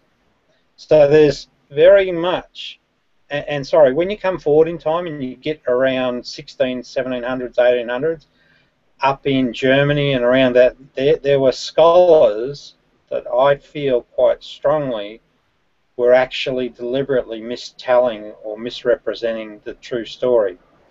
And even efforts with the Well, Dead Sea even if you Scrolls, think that they had that motivation, I think you still owe it to. I think the main thing is that the arguments themselves, rather than the person and their possible motivations, I think the arguments themselves deserve to be given a fair shake. Oh yeah, I agree. But I mean, at the end of the day, mate.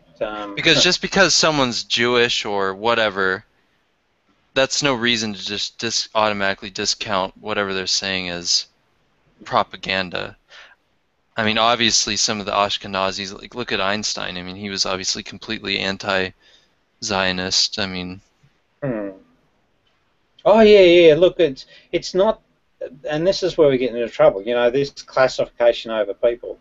That's not the issue. The issue is empire mindsets. It's people that are consciously running these capers. I mean, I've found some really interesting stuff just recently.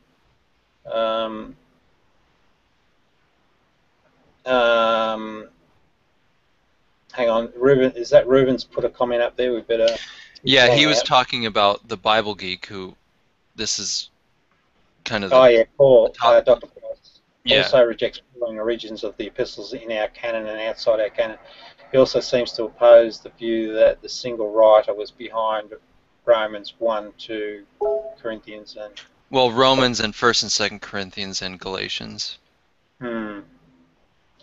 Yeah, but they smack of one writer because if you come forward in times, who is it? Is it Ignatius or a guy that starts with I? He comes from Spain, and this is right on the back of Valentinius's little episode.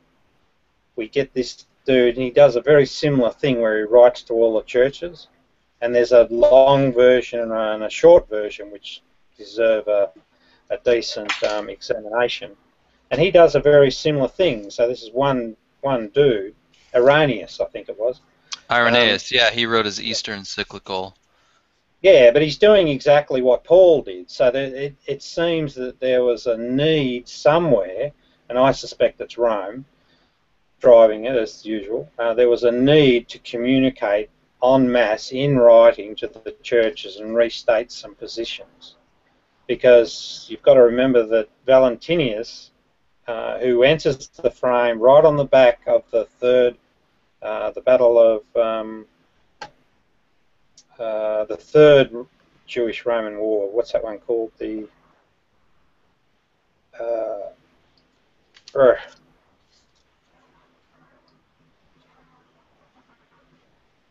The one that occurred in 136 AD, and Reuben, you'll know this one. He already made an additional comment about Irenaeus.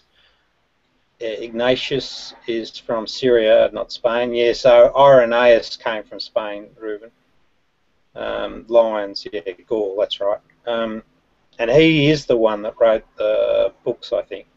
Ignatius was one. There's an interesting thing too between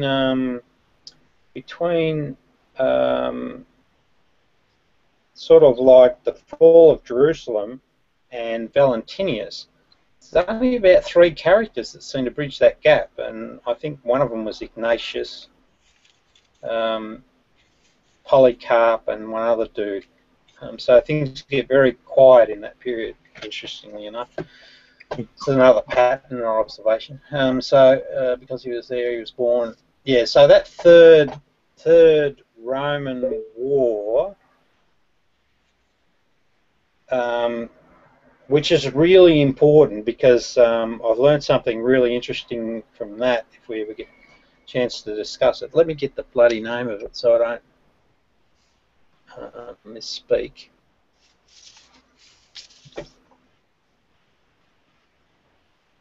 The Bar K-O-K-H Bar Kokhba revolt. That occurred in 136 AD,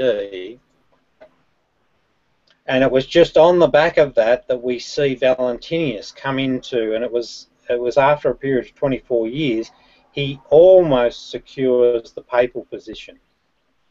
and they found him out. And then his story finishes, 160 AD.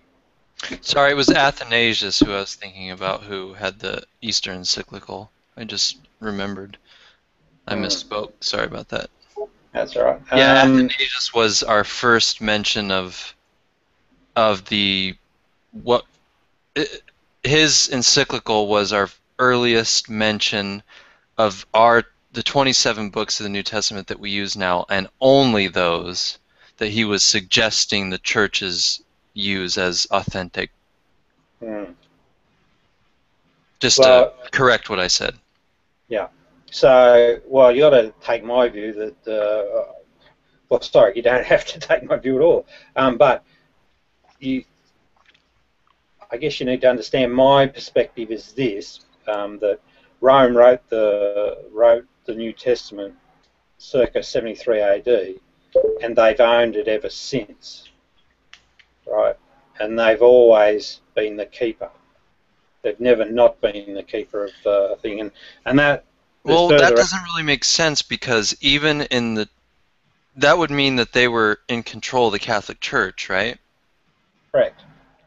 Well, then why is it that up until 367 we have records of quite a vocal debate about what even should go in the canon? I mean, that's a process that wouldn't even have had to happen if Rome was just new from the get-go. If it was all just a foregone conclusion, what would have ended up in our canon? And even today, we don't have a single canon. I mean, we have the Western canon, which is the 27 books, but there's an Alexandrian canon, there's the Eastern Orthodox canon. They're all different. They include different books. Right. I mean, if we look at what became canon, it was an emergent process, and a lot of the church fathers differed on what belonged in. Some of the books that were early on considered canon got thrown out, and some of the ones that are in today barely made it in. So I mean, you would have to say that the Romans had this elaborate, intricately contrived, hundreds of years long process just for the sake of looking legitimate. I mean, that seems to strain credibility to me. Well, it does. It's a difficult story, that's for sure. But 73 AD came around. There was a guy called Nerva, and he was in Rome, and he did disappear from Rome for a period of time, and he did get a mysterious award. But also what happened, 166 AD and 189, you can validate both these points. The two papal seats, Alexandria and Rome, were both vacated simultaneously. 166 AD is just on the back of the Valentinius episode, and 189 is really when Commodus, I think, probably needed to be pulled into shape or something, because I think Commodus had a guy that was sort of undermining authority and getting access to more power than he should have. And then when you have Constantine come along, well, they had a force. So I think it's an evolving thing, and it's initially right up to Constantine. It's a side event as far as Rome concerned. They don't really. What's a side event? A Christianity. It's just even though its creation, as we know it, was a Roman creation, it would have been a side thing for them. Well, it was just there in terms of their religious position and their power structure and their relationship with religion and power. They had their own thing going on. The only reason that they dabbled in the Christian side is that the empire games of the day was about keeping numbers. You didn't want to decimate the numbers if you could help it. So what that religion did for them is keep some sense of a position for the Jewish community. But of course, you still had the Pharisees active through that period. But it was more, that's what it was to them. It was only when Constantine, faced by this four powers, I think he must have thought, right, given that it's... Wait, are you saying that the Pharisees had significant power during the No. They were still in the mix, though. up Sorry. to what date are you talking about? Right, so let's talk Because remember, Pharisees. we have Rabbinic Judaism taking over after 70.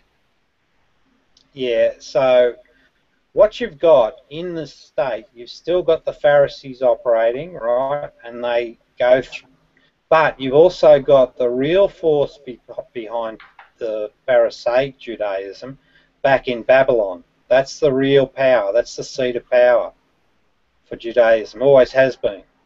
And what they're doing, I think, is still fueling the fire, because you've got to remember they're not a religious organisation. They're an empire in an empire's right, and they really are about power. That's their thing.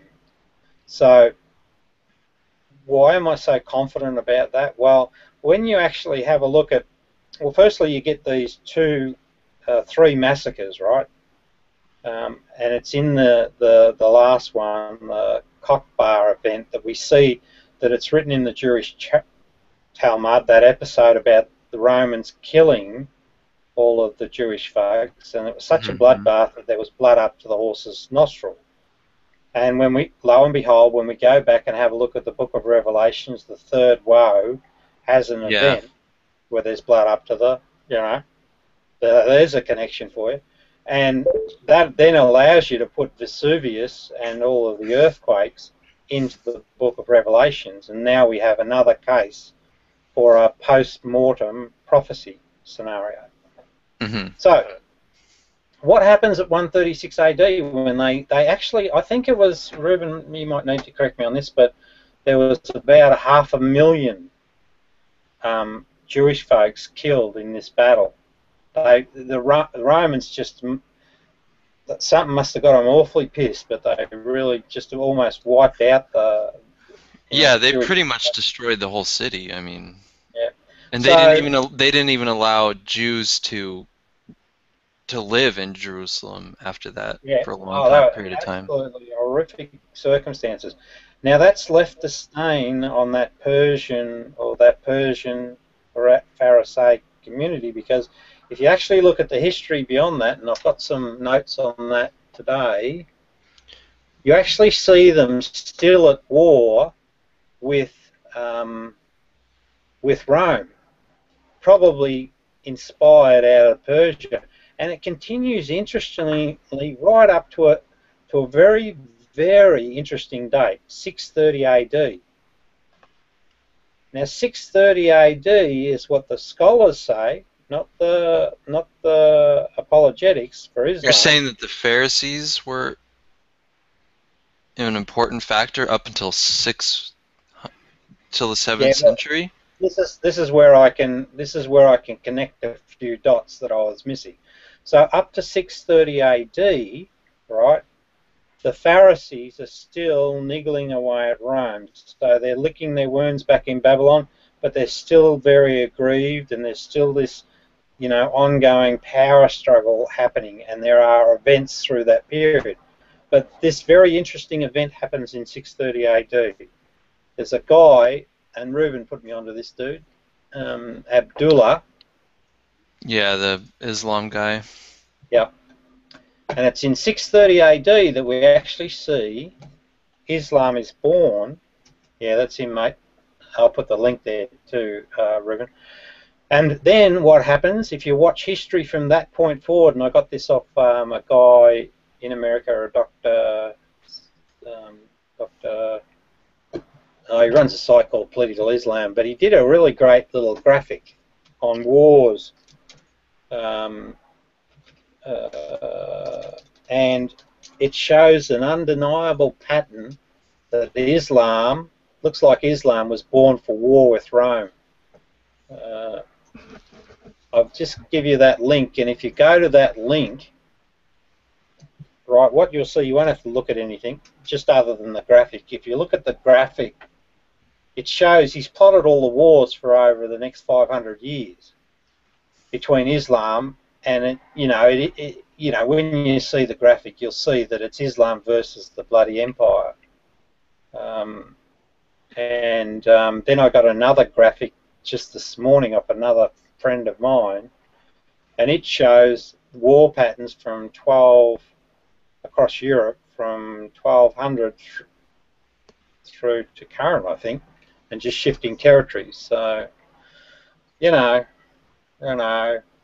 it, the story's not breaking down as you look through history. In fact, it's getting more and more substance that supports it. Sorry, I raced through that, mate, but I didn't want to miss the opportunity to sort of, what I'm saying fundamentally is that for bloody 2200 years there's been this war raging between two empires, the Roman Empire and the Persians. And the Persians own Judaism and Islam, and the Romans own Christianity. That's it in a nutshell. Mm-hmm.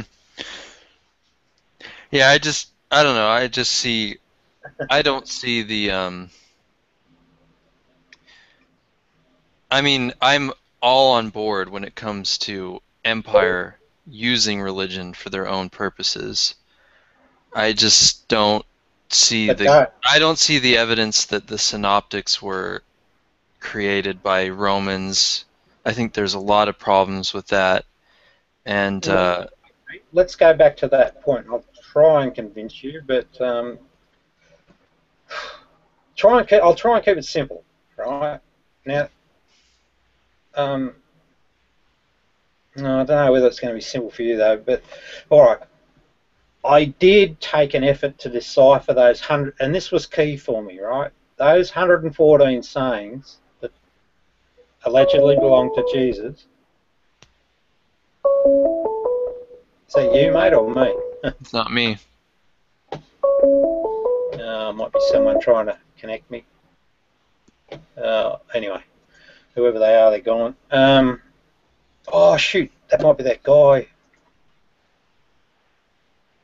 Is he online? No. By the way, did Dale Martin ever get back to you? No. I was just curious. What about you, Reuben? Did Reuben contact Dale? Yeah, I think he said he was going to email him about, because he said that Antiochus died in Babylon, but he died in Persia. Oh, okay. Well, Rob emailed him already and mentioned that too, I think. Didn't you, Rob? Yeah, I laid it all out. Yeah. Well, I just stated my position and left it up with him.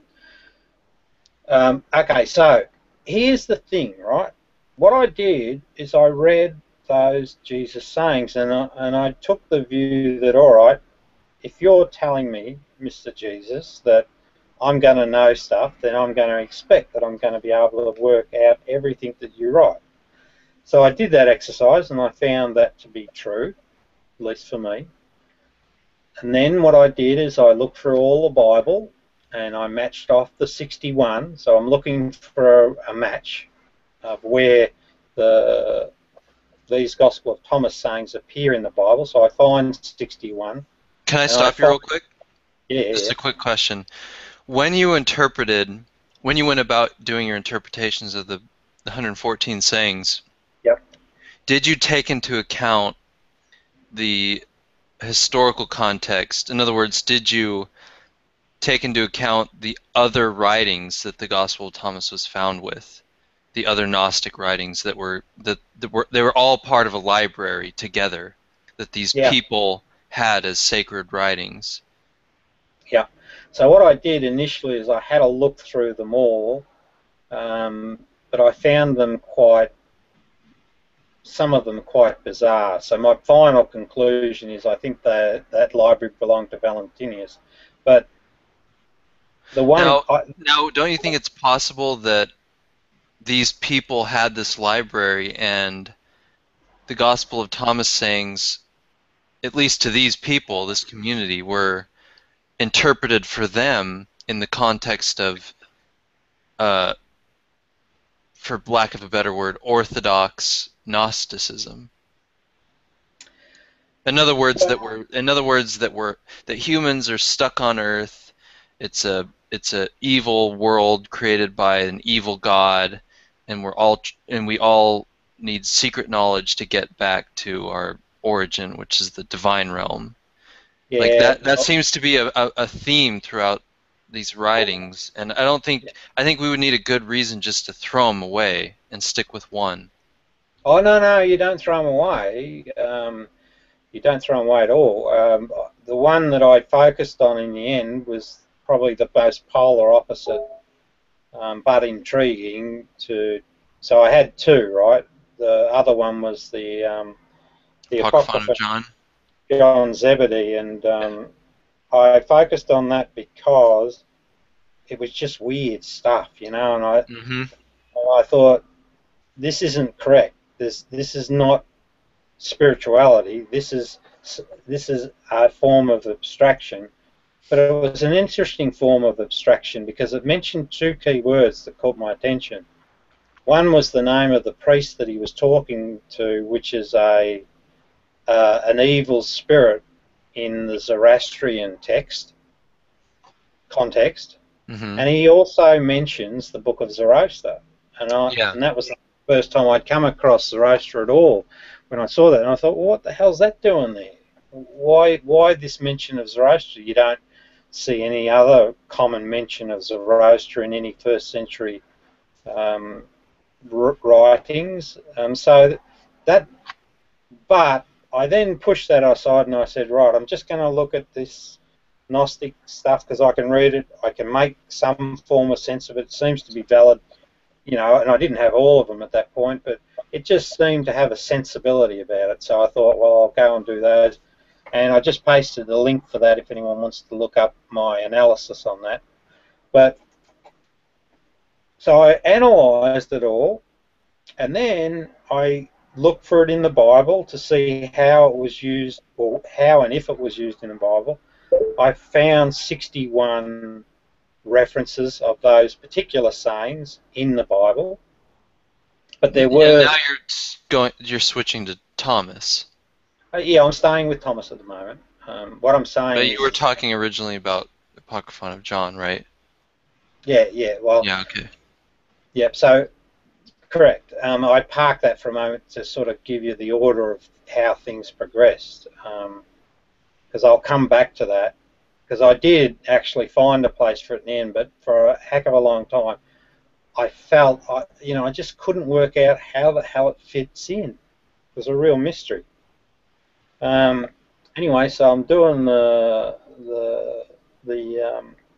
Gospel of Thomas, and I'm working out and making sense, and I'm finding an explanation.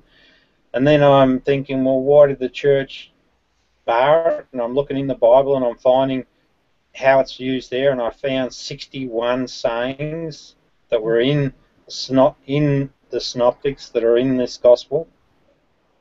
And then I was aware at that time of Q-source theory. And Q-source theory is interesting because it's 1800. It's 1800. So it's 100 years before anyone knew about, or anyone in the larger community knew about the Gospel of Thomas. So I'm looking at these 61 sayings, and I can see how they've been switched up. They've got fear and loathing in them. That's how they change. And I can see in my book I put them in the larger context too. So I showed how they're actually, where they sit nestled into the Bible.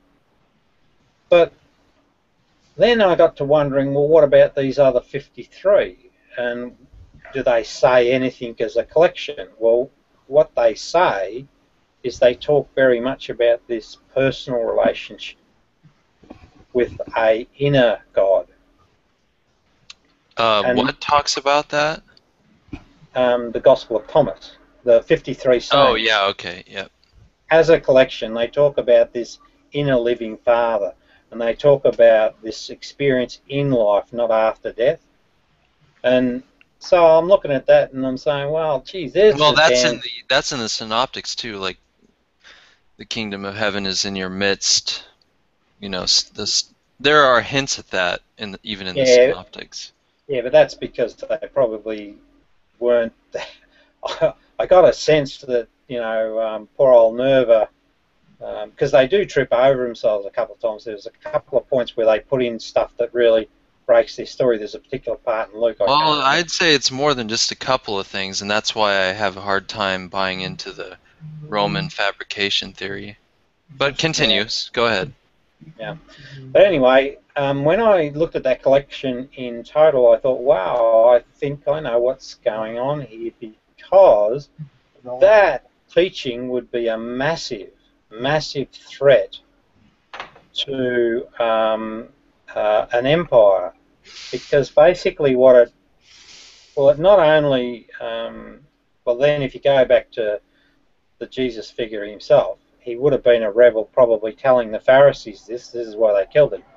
It would be a real direct challenge to this authority, and in turn it would disclose, because I got a sense that he actually knew that he knew about the Cyrus corruption.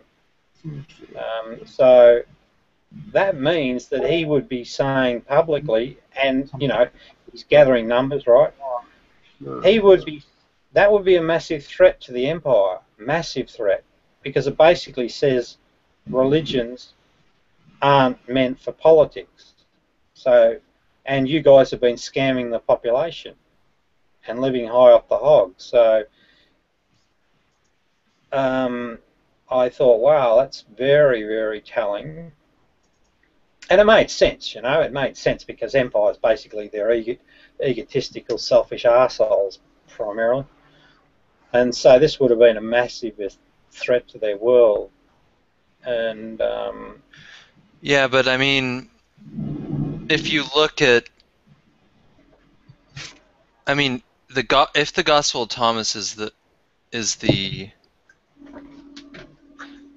it just seems okay. Like, so much of the Gospel of Thomas is in the New Testament. It would be literally the Wow. only writing prior to, like, I don't know, sometime in the mid-2nd century that has references to so much of the New Testament. And that's why, like, a lot of people think that it's probably later writing. It has a lot of Coptic loan words, obviously.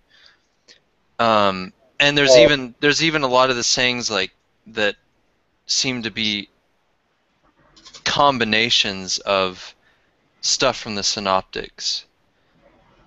Like, go ahead and go ahead and talk. But there's a couple that I remember reading about that, and I'll have to look them up for you. But Sure. yeah, And go ahead. I'll look them up. Well, I was just going to say that as far as I can tell, correct me if I'm wrong, but scholarship is divided into two camps. There's what they call the early camp, and this is to do with the dating of Thomas. Yeah. There's That's the right. early camp, and then there's the late camp, and the late camp are about 140 AD. But I hold the view. I think it's even later than that, but yeah, you're right about Well, your summary of the scholarship. yeah. So, but you got to remember. Sorry, I don't mean to say it that way, but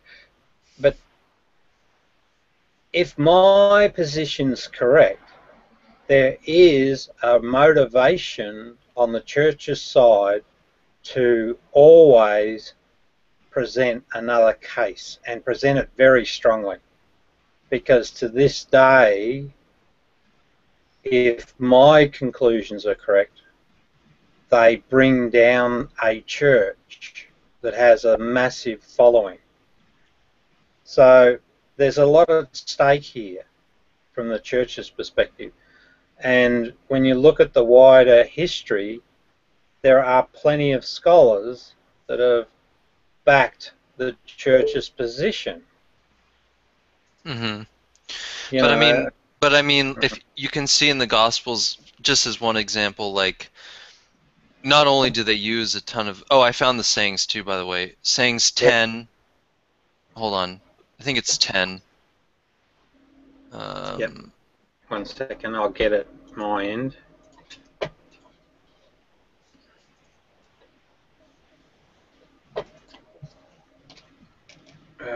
saying 10.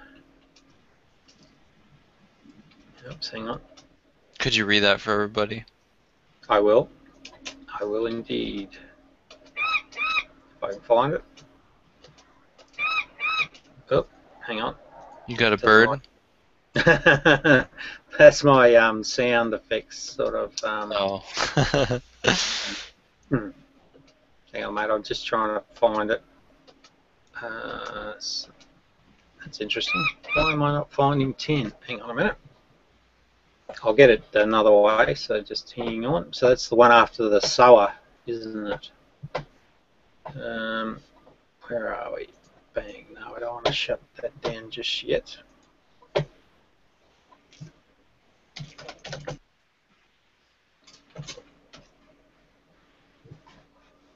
damn.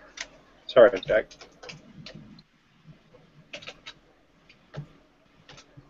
Right, so saying 10 says, Jesus said, I have cast fire upon the world, and look, I am guarding it until it blazes. What that actually means is, and this is where I had to spend a bit of time with this, so I have this global perspective of the bigger message.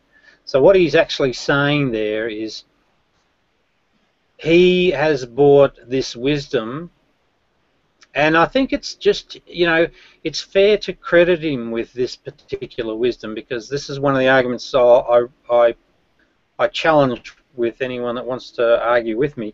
Find a record of these sayings in this same use of wordage any earlier, and I don't think you'll be able to. But anyway, what he's saying there is he's lit the fire. He's set the example. He's brought the knowledge to the world. He's calling out the Cyrus corruption by the Pharisees.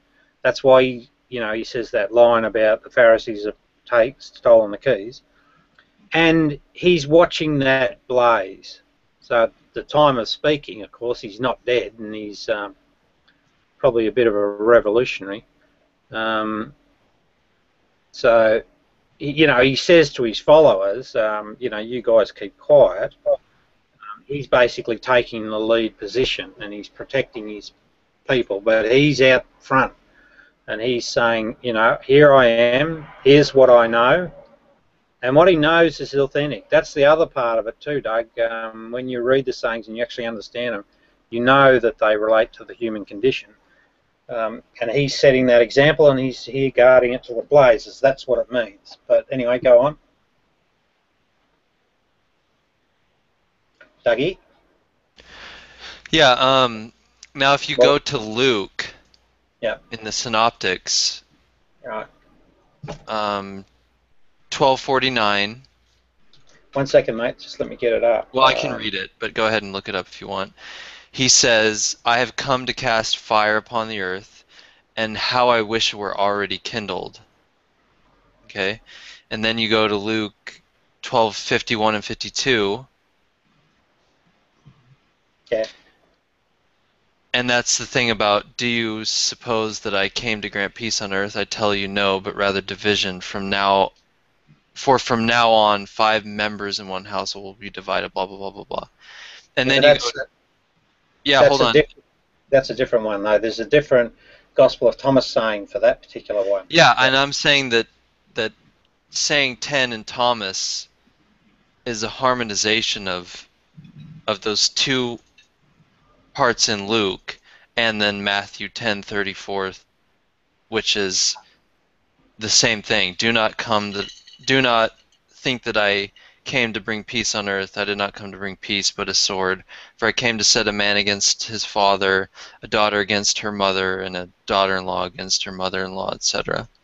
Yeah. So in the Gospel of Thomas, the way that reads is at 16.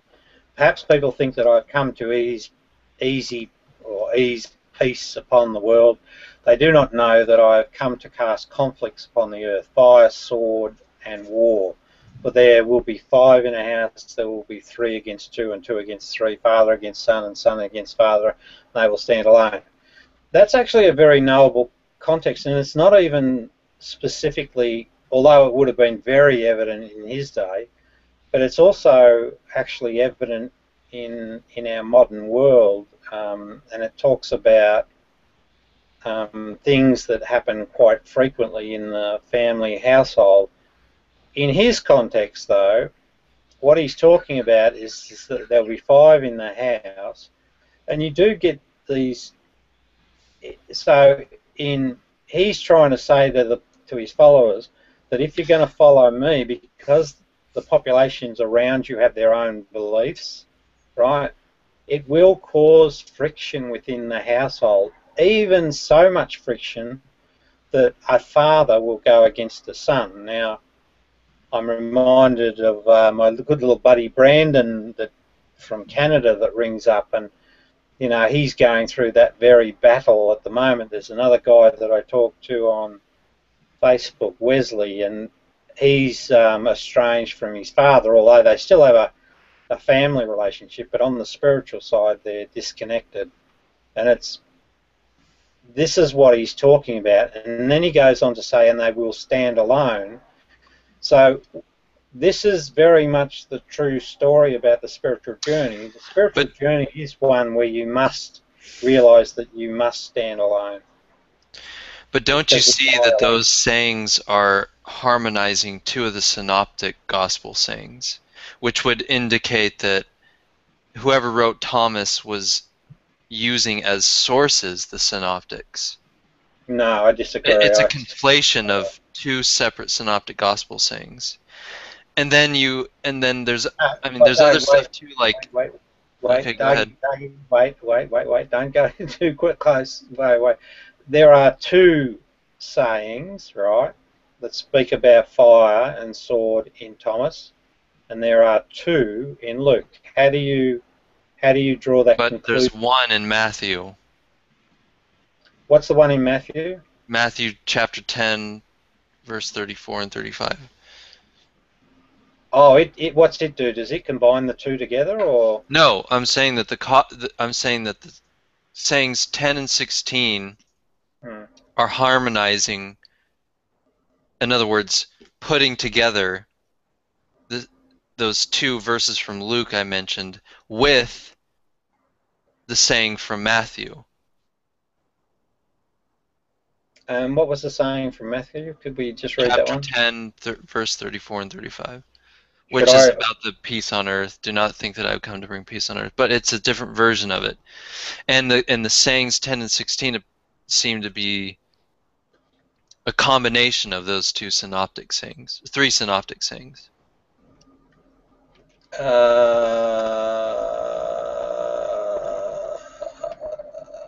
And then, can I read you one more thing? Yeah, mate. Yeah, this is on the Gospel of Thomas. This is from a late dating. Another argument made for the late dating of Thomas is based upon the fact that saying 5 in the original Greek seems to follow the vocabulary used in the Gospel according to Luke, which is Luke 8, chapter 8, verse 17, and not the vocabulary used in the Gospel according to Mark. Now, according to this argument, which presupposes firstly the rectitude of the 2 source hypothesis, which I'm assuming you accept the Q source, right? In which the author of Luke is seen as having used the pre-existing gospel according to Mark plus the Q source to compose his gospel. So if the author of Thomas did, as saying 5 suggests, referred to a pre-existing gospel according to Luke rather than Mark's vocabulary, then the Gospel of Thomas must have been composed after both Mark and Luke. Yeah, sorry, I'll probably spoke too quickly there. I don't presuppose 2 theories. Here, I'll post the entire text in the chat. Yeah, let me think about it, because I need to be careful with my response here. I know I'm in other words, it's the language he's using. In other words, the Greek seems to be reflective of Mark plus Q, which is what we find in Luke. But if we look at Thomas, if it would have been earlier, we would expect it would be closer to either Q or Mark. But it seems to be a conflation, just like we find in Luke, which means it would have been dependent on Luke.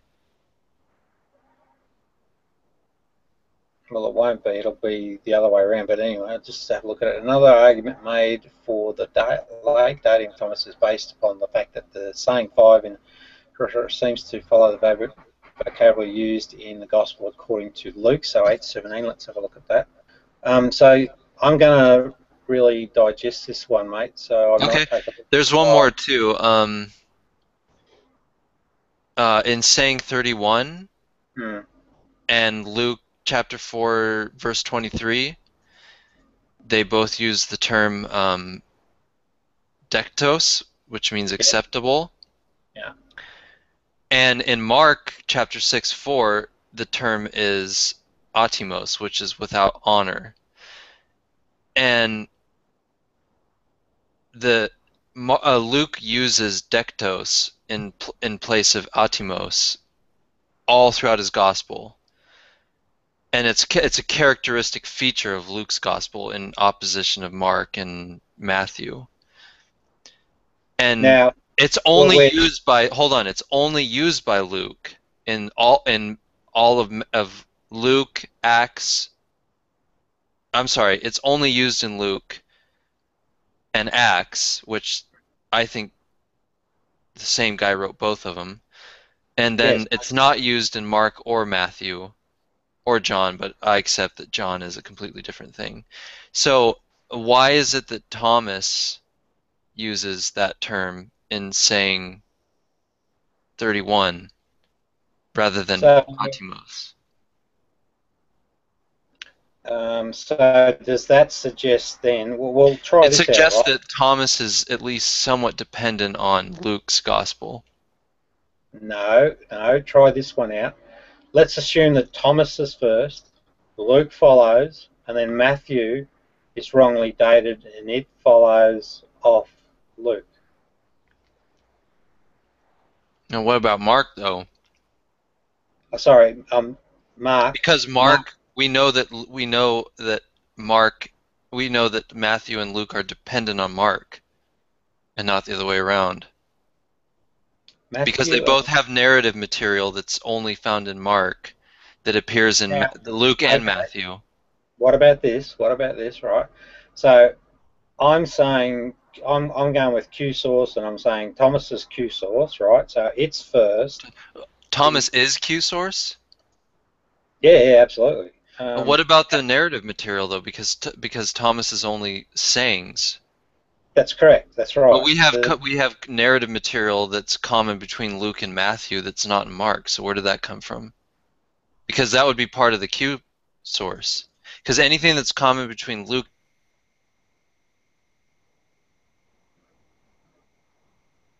What happened, mate? Hello.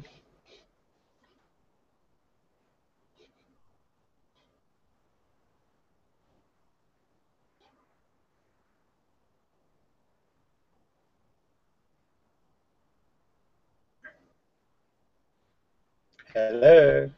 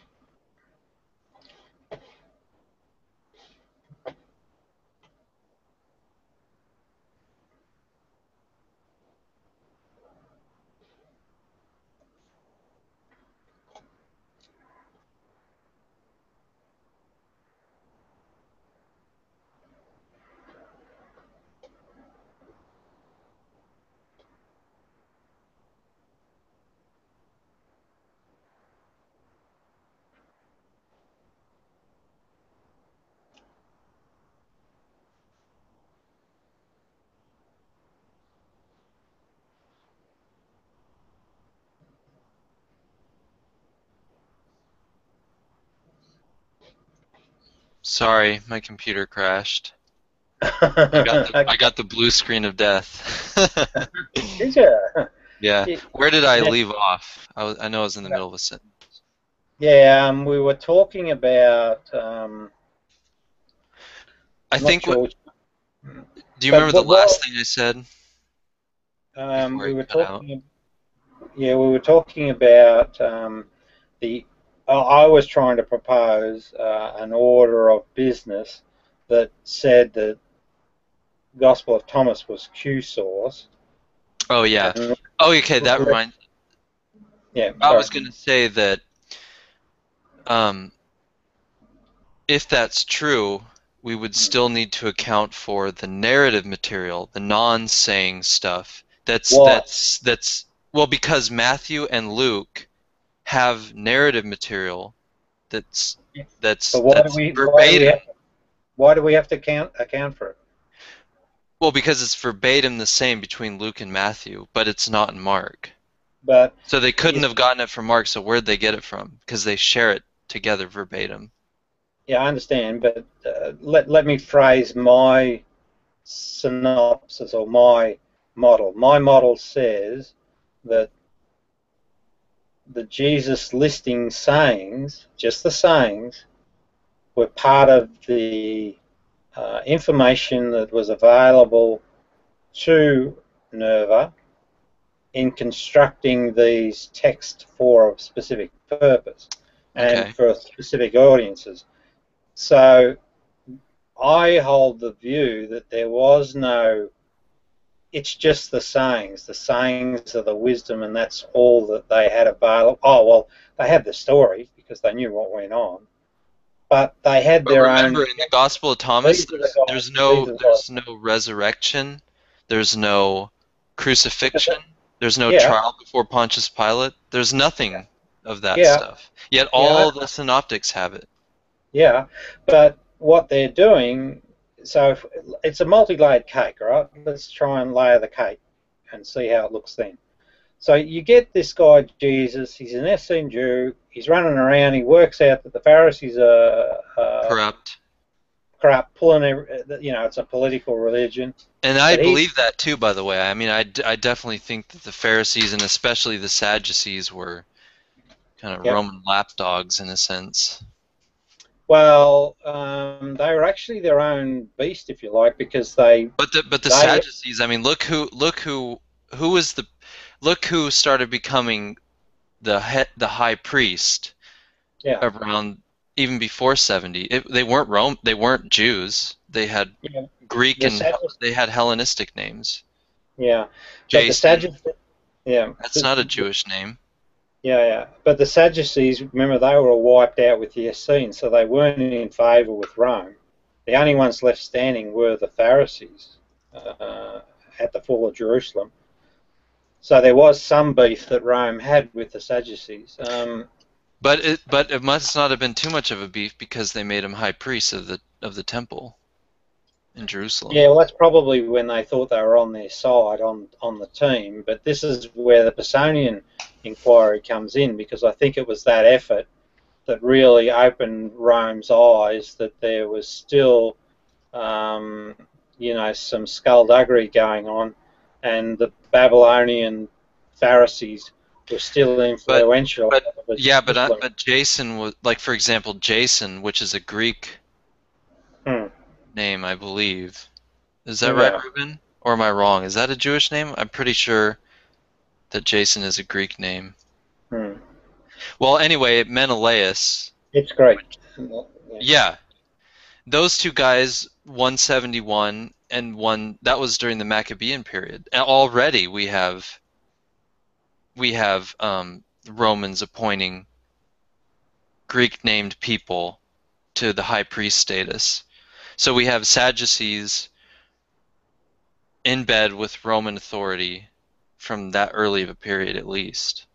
Yeah, well, remember remember. There's that treaty, 161 BC, Right. was that Roman treaty, And and that's when Menelaus um,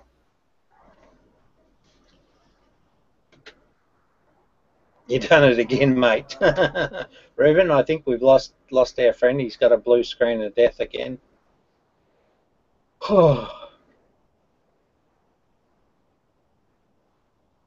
I'll wait for you to come back, mate. I'm going to read, while I'm waiting, I'm going to read this thing because I've got to try and frame this in correctly. Another argument made for the date, the late dating of Thomas is based upon the saying seems the following backer used in the Gospel according to Luke 18:17. So we need Luke. I'll use that one. Come on, hurry up.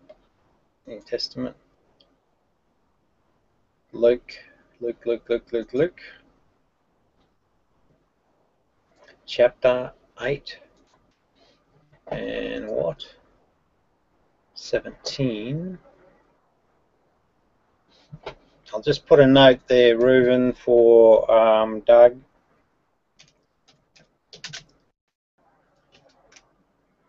Yell when you get back.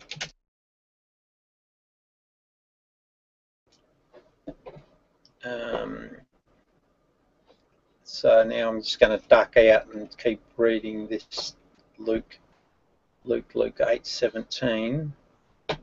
Nothing is secret that does not be real. Nothing is hidden that will not come to light. Therefore, take heed now you hear, for whatever has to be given him, more will be given, and whatever does not have is taken from him. Right, so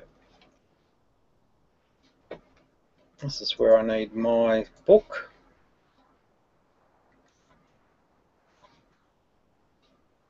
And we go to, so it'll be in the 61 collections. Try and find saying 5. Right, here we go, Luke. Oh, bugger. 12:1.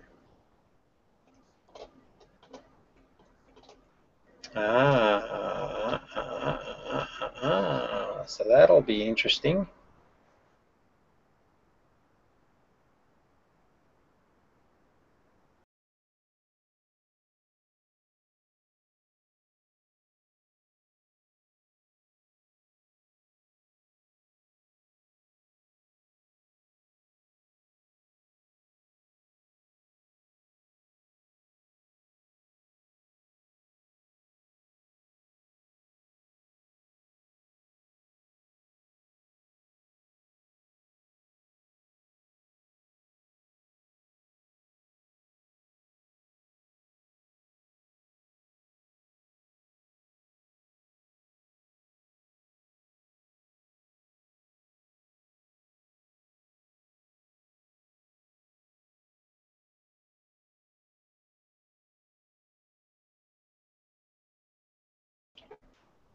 Hey, Reuben, I don't know whether he's coming back or not.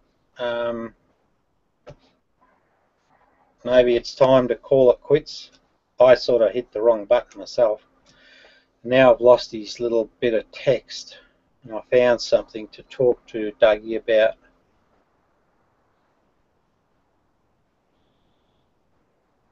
Because in fact, that saying that he's showing, we'll give him another 3 minutes. Yeah, all right, mate.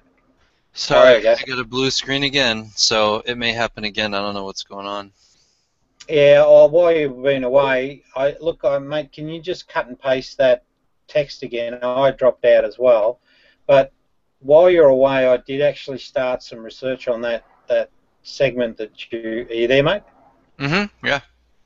I did some research on that thing, and it appears that it's actually used multiple times. So the reference, that's saying that, you gave me that long spiel about saying 5 from the Gospel of Thomas. Yeah, and then it uses that Greek term that we only see in Luke's Gospel. Yeah. Yeah. So can you just paste that again, because I dropped out? Oh, sure. Because I'm going to work on it, and I started on it already, and it's actually used multiple times in Luke. Yeah, exactly. Yeah. But it's not used at all in Mark or Matthew. Yeah. Or John. But that's because they're talking to different target audiences. So there's. But remember that. But remember that it's used to replace a particular Greek word that appears in the other synoptics. Okay, so let me see if I can get my head around that. So,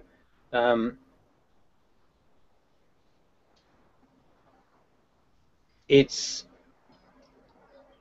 we're getting hung up on a word, are we? That appears in Thomas and in Luke, but not the other synoptics. Correct. That's correct. Yep. But is used to replace. In other words, the Greek word that's used in Luke. Mm-hmm. If you look at the equivalent sayings or verses in Matthew or Mark, they use a different Greek word in both of those books. Yeah, but and we find that Greek word that only appears in Luke in the Gospel of Thomas. Yeah, but isn't it reasonable to presume, or equally presume, right? So I'm not saying one way or the other, but that there's one.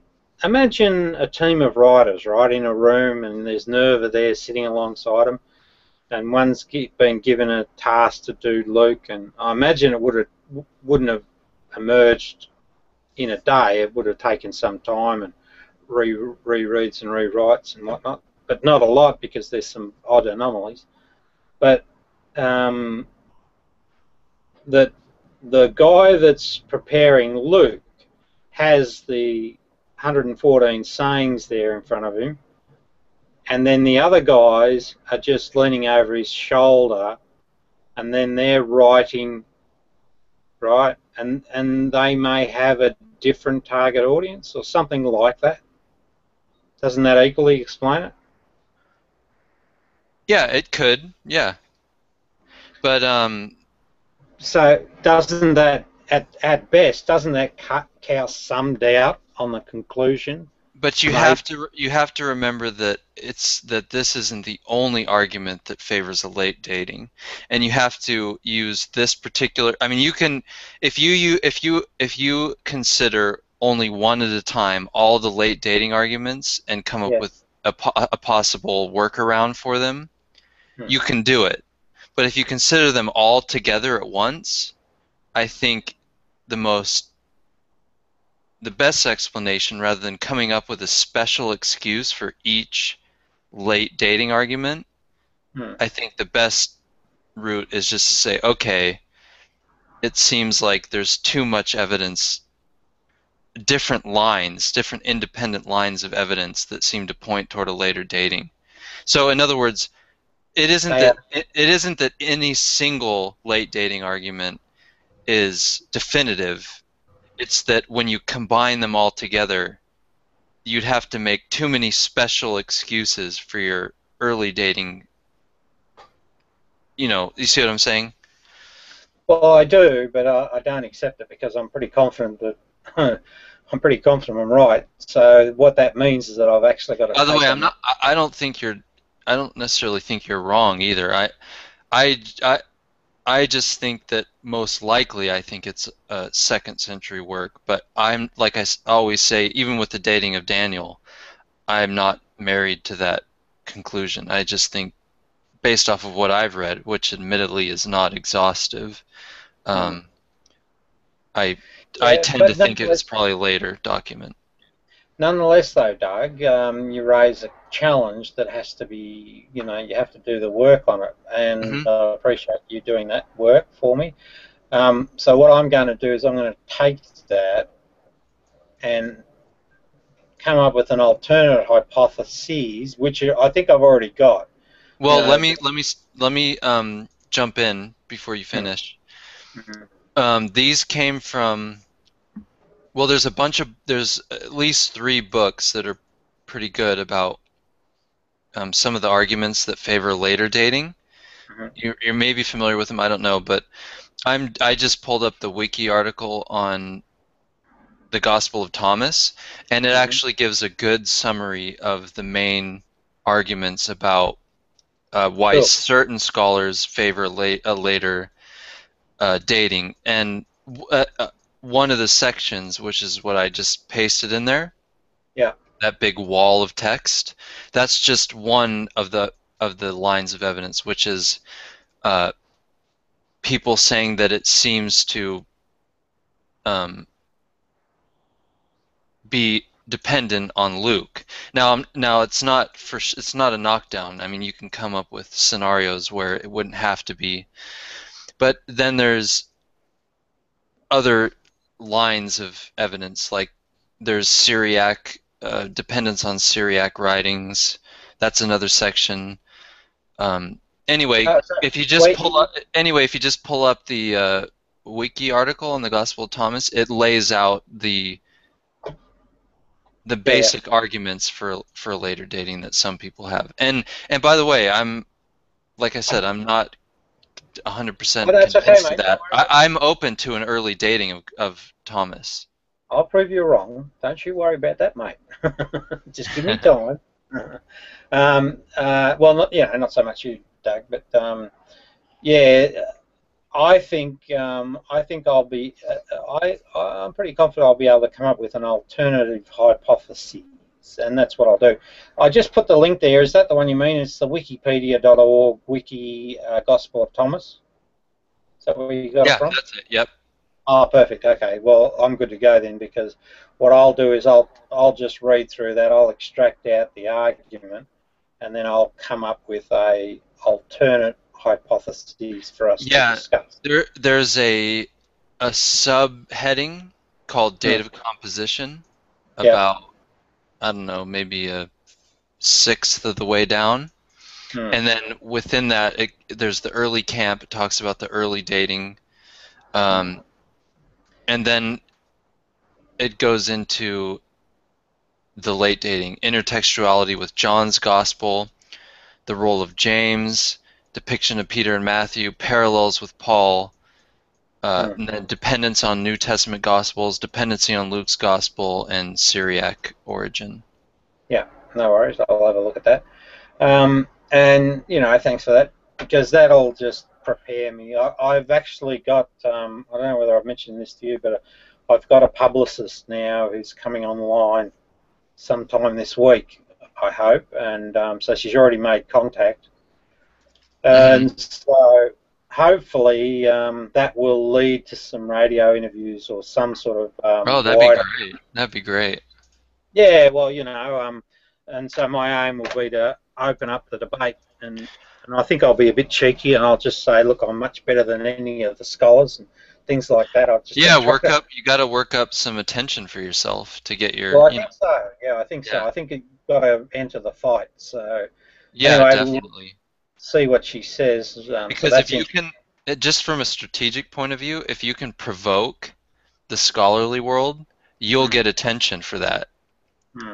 You know you see what I'm saying? Yeah. They'll be forced to pay if you call them out. They'll be forced to kind of address your arguments. Yeah. That reminds me. Just one sec. I'll grab this. Hello. Hello. Hello.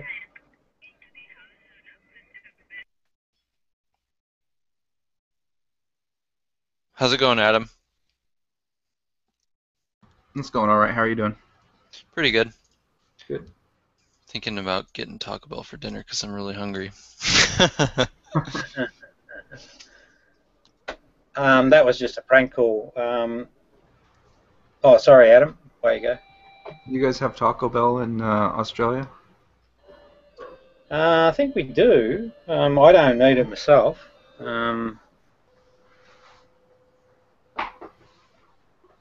But yeah, I think we do. Just one sec, guys.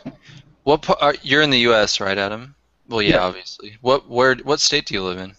Washington State. Oh, cool. I like that state a lot. I used to take vacations with my parents when I was younger up to Washington every year, like Port Townsend, Seattle area. Yeah, see, I'm on the other side where I feel like the east and west is way different. Yeah, very severely different. Yeah, it's the same way in Oregon. Yeah. Yeah, Oregon and Washington are basically the same. It's like the East is. It makes more sense, like, culturally, to group the East of Oregon and Washington Washington and together. Oregon together, and then the West together. Yeah, yeah, that would make sense. Yep. Even the top of California as well. Yeah. From like Healdsburg on up, probably. That whole Pacific Northwest would make a great whole region. Now, Doug, did we discuss saying 8? I talked about saying 10 and 16 and... No, this is different, mate. This is me taking a different line. So Oh, okay, saying, go ahead. all right, saying 8, right, this is from the Gospel of Thomas, which to me makes perfect philosophical sense. He said, the man is like a wise fisherman who cast his net into the sea, and he drew it up from the sea full of small fish. Among them the wise fisherman found a fine large fish. He threw all the small fish back into the sea and chose the large fish without difficulty. Whoever has ears to hear, let him hear. So then my interpretation of that was, life presents many trivialities, small pleasures, novelties, distractions, but when we come to know our true nature, or perhaps divine essence, we easily choose the large fish discovered over the small fish trivialities. Don't we often see or hear how people placed in a difficult situation, such as the loss of a loved one or a life-threatening episode, and how the experience causes them to reevaluate what is important? Most often, things that appeal to self-interest or are material in nature lose their appeal. So, to me, that's a reasonable analysis of what that saying's about. Would you agree or disagree? I do agree that it seems to be about picking out what's important from among the trivial things, but I don't know if we would agree about what he means, especially because that's one of the sayings that appears in the Synoptics, right? Well, now I'll read the synoptic version if you Yeah. like. Yeah, go ahead. Right. So Matthew 13:47, the parable of the Yeah. net. Yep. Again, the kingdom of heaven is like unto a net that was cast into the sea, and gathered of every kind, which when it was full they drew to shore, and sat down and gathered the good into vessels, but cast the bad away. So shall it be at the end of the world. The angels shall come forth and sever the wicked from among the just, and shall cast them into the furnace of fire. There shall be wailing and gnashing of teeth. Jesus say unto them, have ye understood all How you these? doing, Adam? Doug, how are you?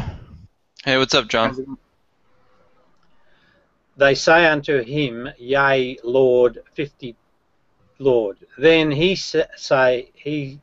unto them, therefore every scribe which is instructed unto the kingdom of heaven is like unto a man that is an householder, which bring forth out of his treasures things new and old.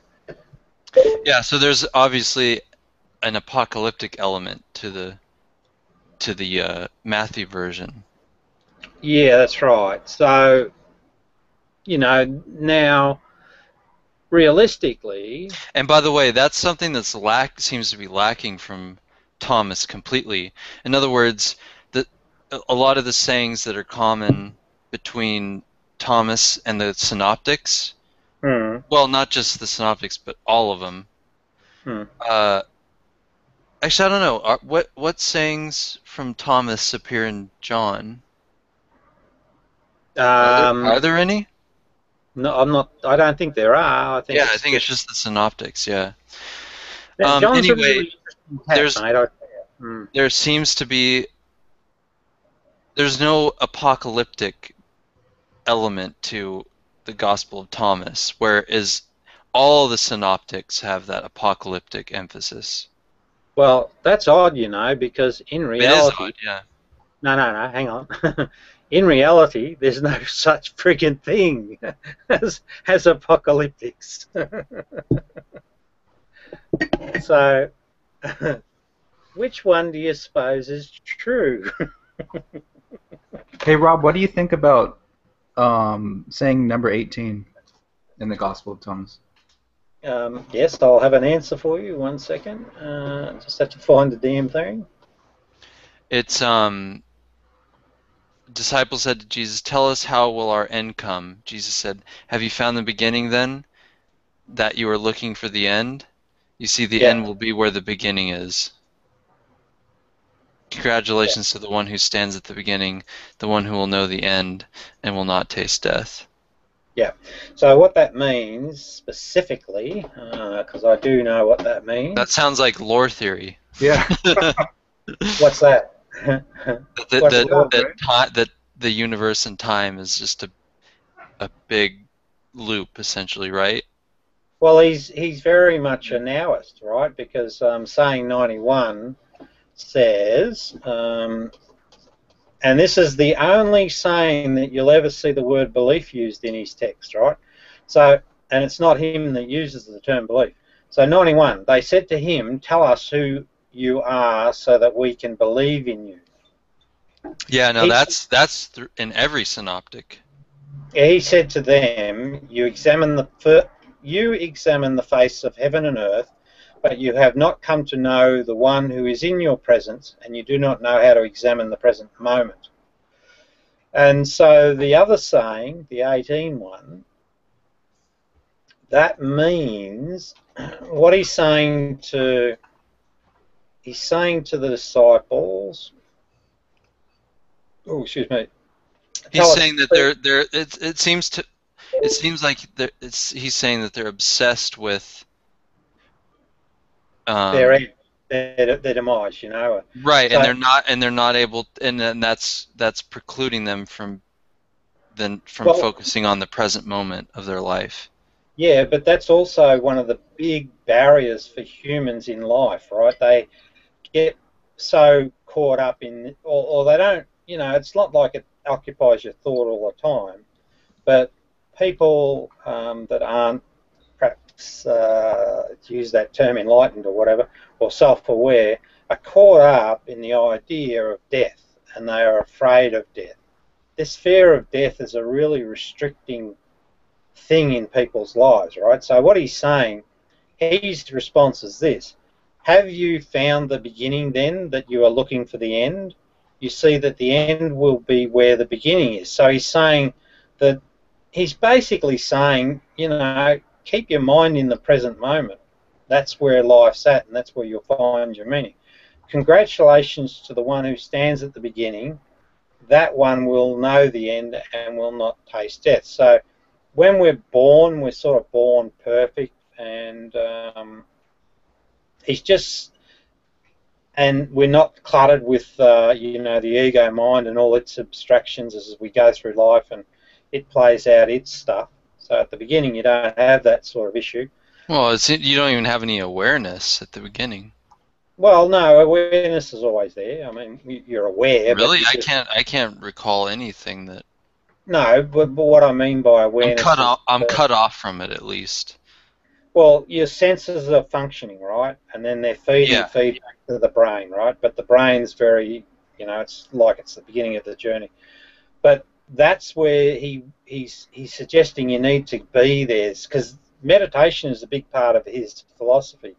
It's about that stillness of mind. And the term Sabbath, and you can check this out in Josephus, Sabbath in the 1st century AD was about rest. It wasn't about church or Sunday or Saturday. Yeah, that's just the Jewish Sabbath. Well, yes, but you know, it's actually in Josephus that he says, because there was a debate about something to do with the Sabbath between the Greeks, and Josephus sort of confounds the discussion and brings in a term called Sabo, which relates to the Black Plague, and he was relating to this groin wound or whatever it was, and he said perhaps they've got it confused with that, and then he goes on to say that Sabbath means to the Jewish folk this concept of rest.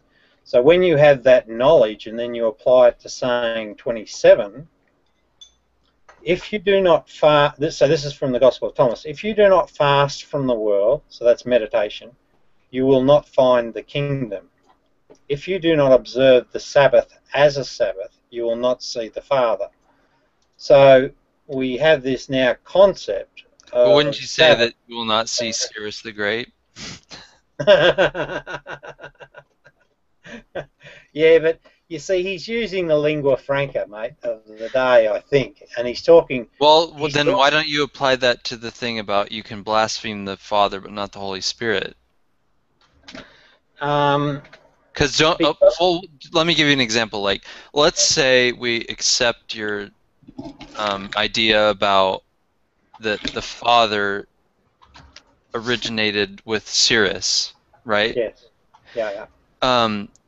Isn't it possible like that the term its meaning evolved over the centuries to mean something other than Cyrus the Great? What, the term father? Yeah. No, well, that I mean, might because be, what I mean is like in Christian writings, does it always necessarily when they say the word Father, does it always necessarily referring to Cyrus the Great, some ruler from hundreds of years ago? Right. To explain that, let's start. Right. So for 100 years, this is fact, right? Scholars have by and large agreed that the book of Isaiah was not written by a person called Isaiah, and it's more likely that at least the second half of it, which is 40 Isaiah onward, which is where Cyrus enters the frame as the anointed one and the big hero of the day and the saviour of Jerusalem. So this is scholarship, right? That's what they're saying.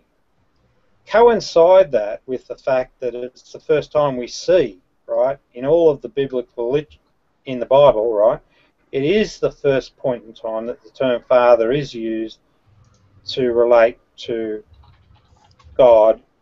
And it's also in the book of Isaiah that we see at 40:22 that Yahweh, the war god of the Canaanites, is placed on top of a snow dome world in a throne, which is the image of an emperor.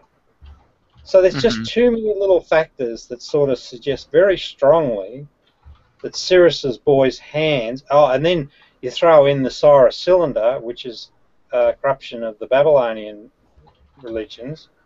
You throw all that together, and it looks very much like this is the key point in time when the term father, and we also know historically that Cyrus is called the father outside the biblical context. Yeah, I'm not disputing that. I'm saying let's take all that for granted and accept it as true.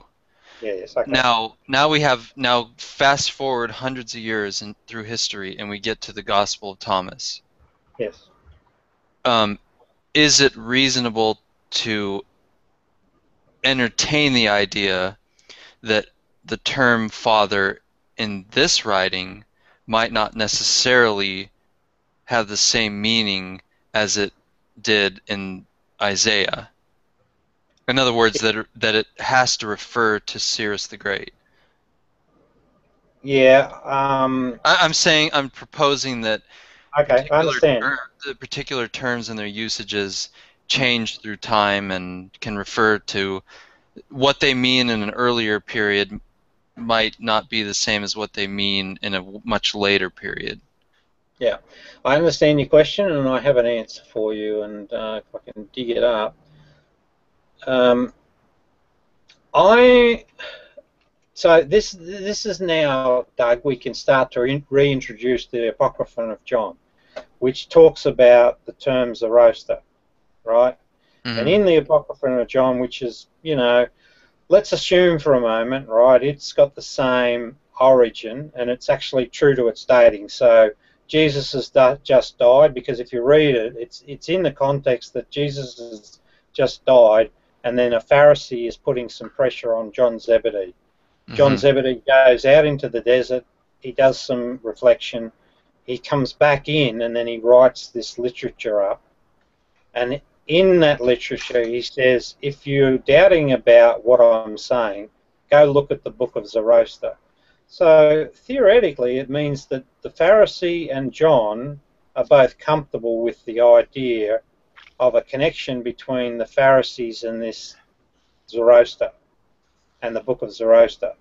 Well, So I think there's a strong connection not only between the Apocryphon of John and Zoroastrianism, but all of no, no, Christianity but and oh yeah, Zoroastrian. no doubt. But my point is that this is first century AD, and it's language that's comfortable between the inner circle of the Pharisee world, assuming John's still in that inner collective. So it's still within the priesthood discussion, that they can say, well, go and refer to the Book of Zoroaster, it's over there on the bookshelf. So it means that it's, although we, looking back from this point in time, we don't, unless we really dig deeply, find those Zoroastrian connections. But in their time, or at least the way John's writing, it's common knowledge about this relationship. Well then, if that's the case, then we have another interesting event that occurs, and it's to do with a chariot. And that's what I'd like to offer as the next part of the evidence. And this chariot story is actually deliberately suppressed by the Pharisees of the time. There's an actual deliberate attempt. So people that speak about this chariot are warned that, you know, it's taboo. You must not speak about the chariot. It starts with M. I'll just see if I can find it. This is in Apocryphon of John? No, this is outside it. Here it is. Here I've got it.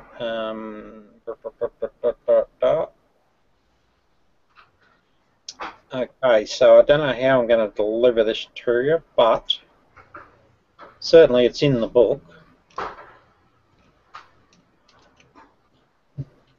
I don't know how this is going to come through, but there's a Holy moly. Anyway, I feel like I'm in school again. Well, here's the key one, right? I'll give you the wiki link. And it's this story, I think, if I've got it right. This is the story that they suppressed. And I think it's called The Works of the Divine Throne Chariot.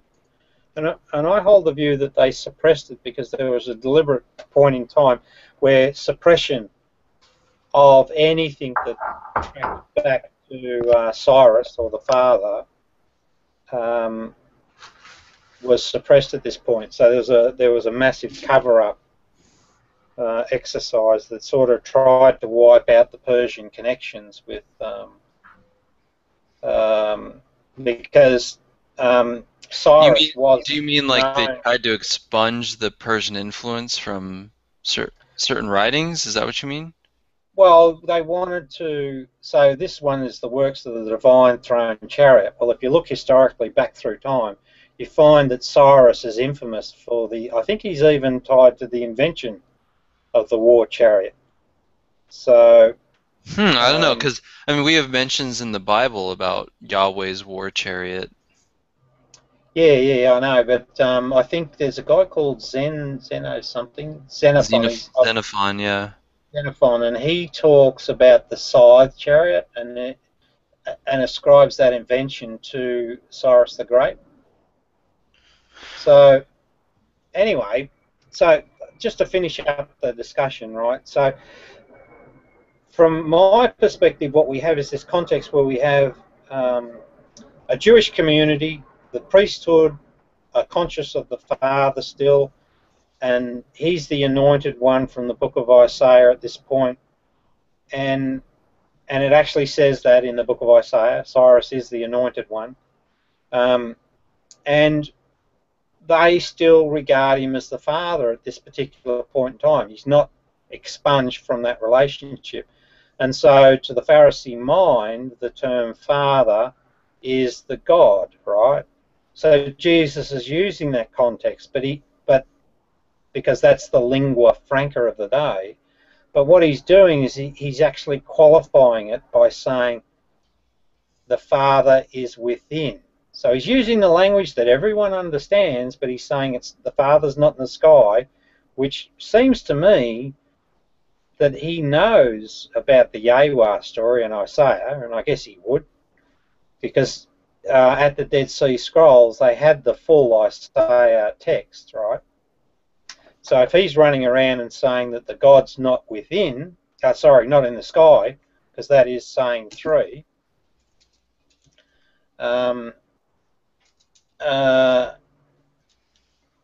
So if he's saying that, it seems that he would have to be aware, right? So you are familiar with saying 3, right, Doug? Sorry, could you repeat that? You are familiar with saying 3 from the Gospel of Thomas? No, off the top of my head, no. Right, I'll read it to you. So Jesus said, because it's a very key one. Is that the one with about If your leaders the say to kingdom you, of heaven or whatever? yeah, well, look, the Father's kingdom is in the sky, then the birds of the sky will precede you. If they say to you it's in the sea, Oh, yeah, yeah. that's a reference to Poseidon, then the fish will precede you. Rather, the kingdom is within you and it is outside you. When you know yourselves, then you will be known, and you will understand that you are children of the living Father now. But if you do not know yourselves, so if you don't have this self-awareness, then you will live in poverty, and you are the poverty. Now, also, before I get away from it, one thing I did look at, and in the book I only cover the first 10 sayings, but they definitely seem to honour our philosophical order, which is not honoured in the Bible, because some of them are in the Bible, some of them aren't. But and that order is this: it sets out the promise, so it says that you'll lose this fear of death.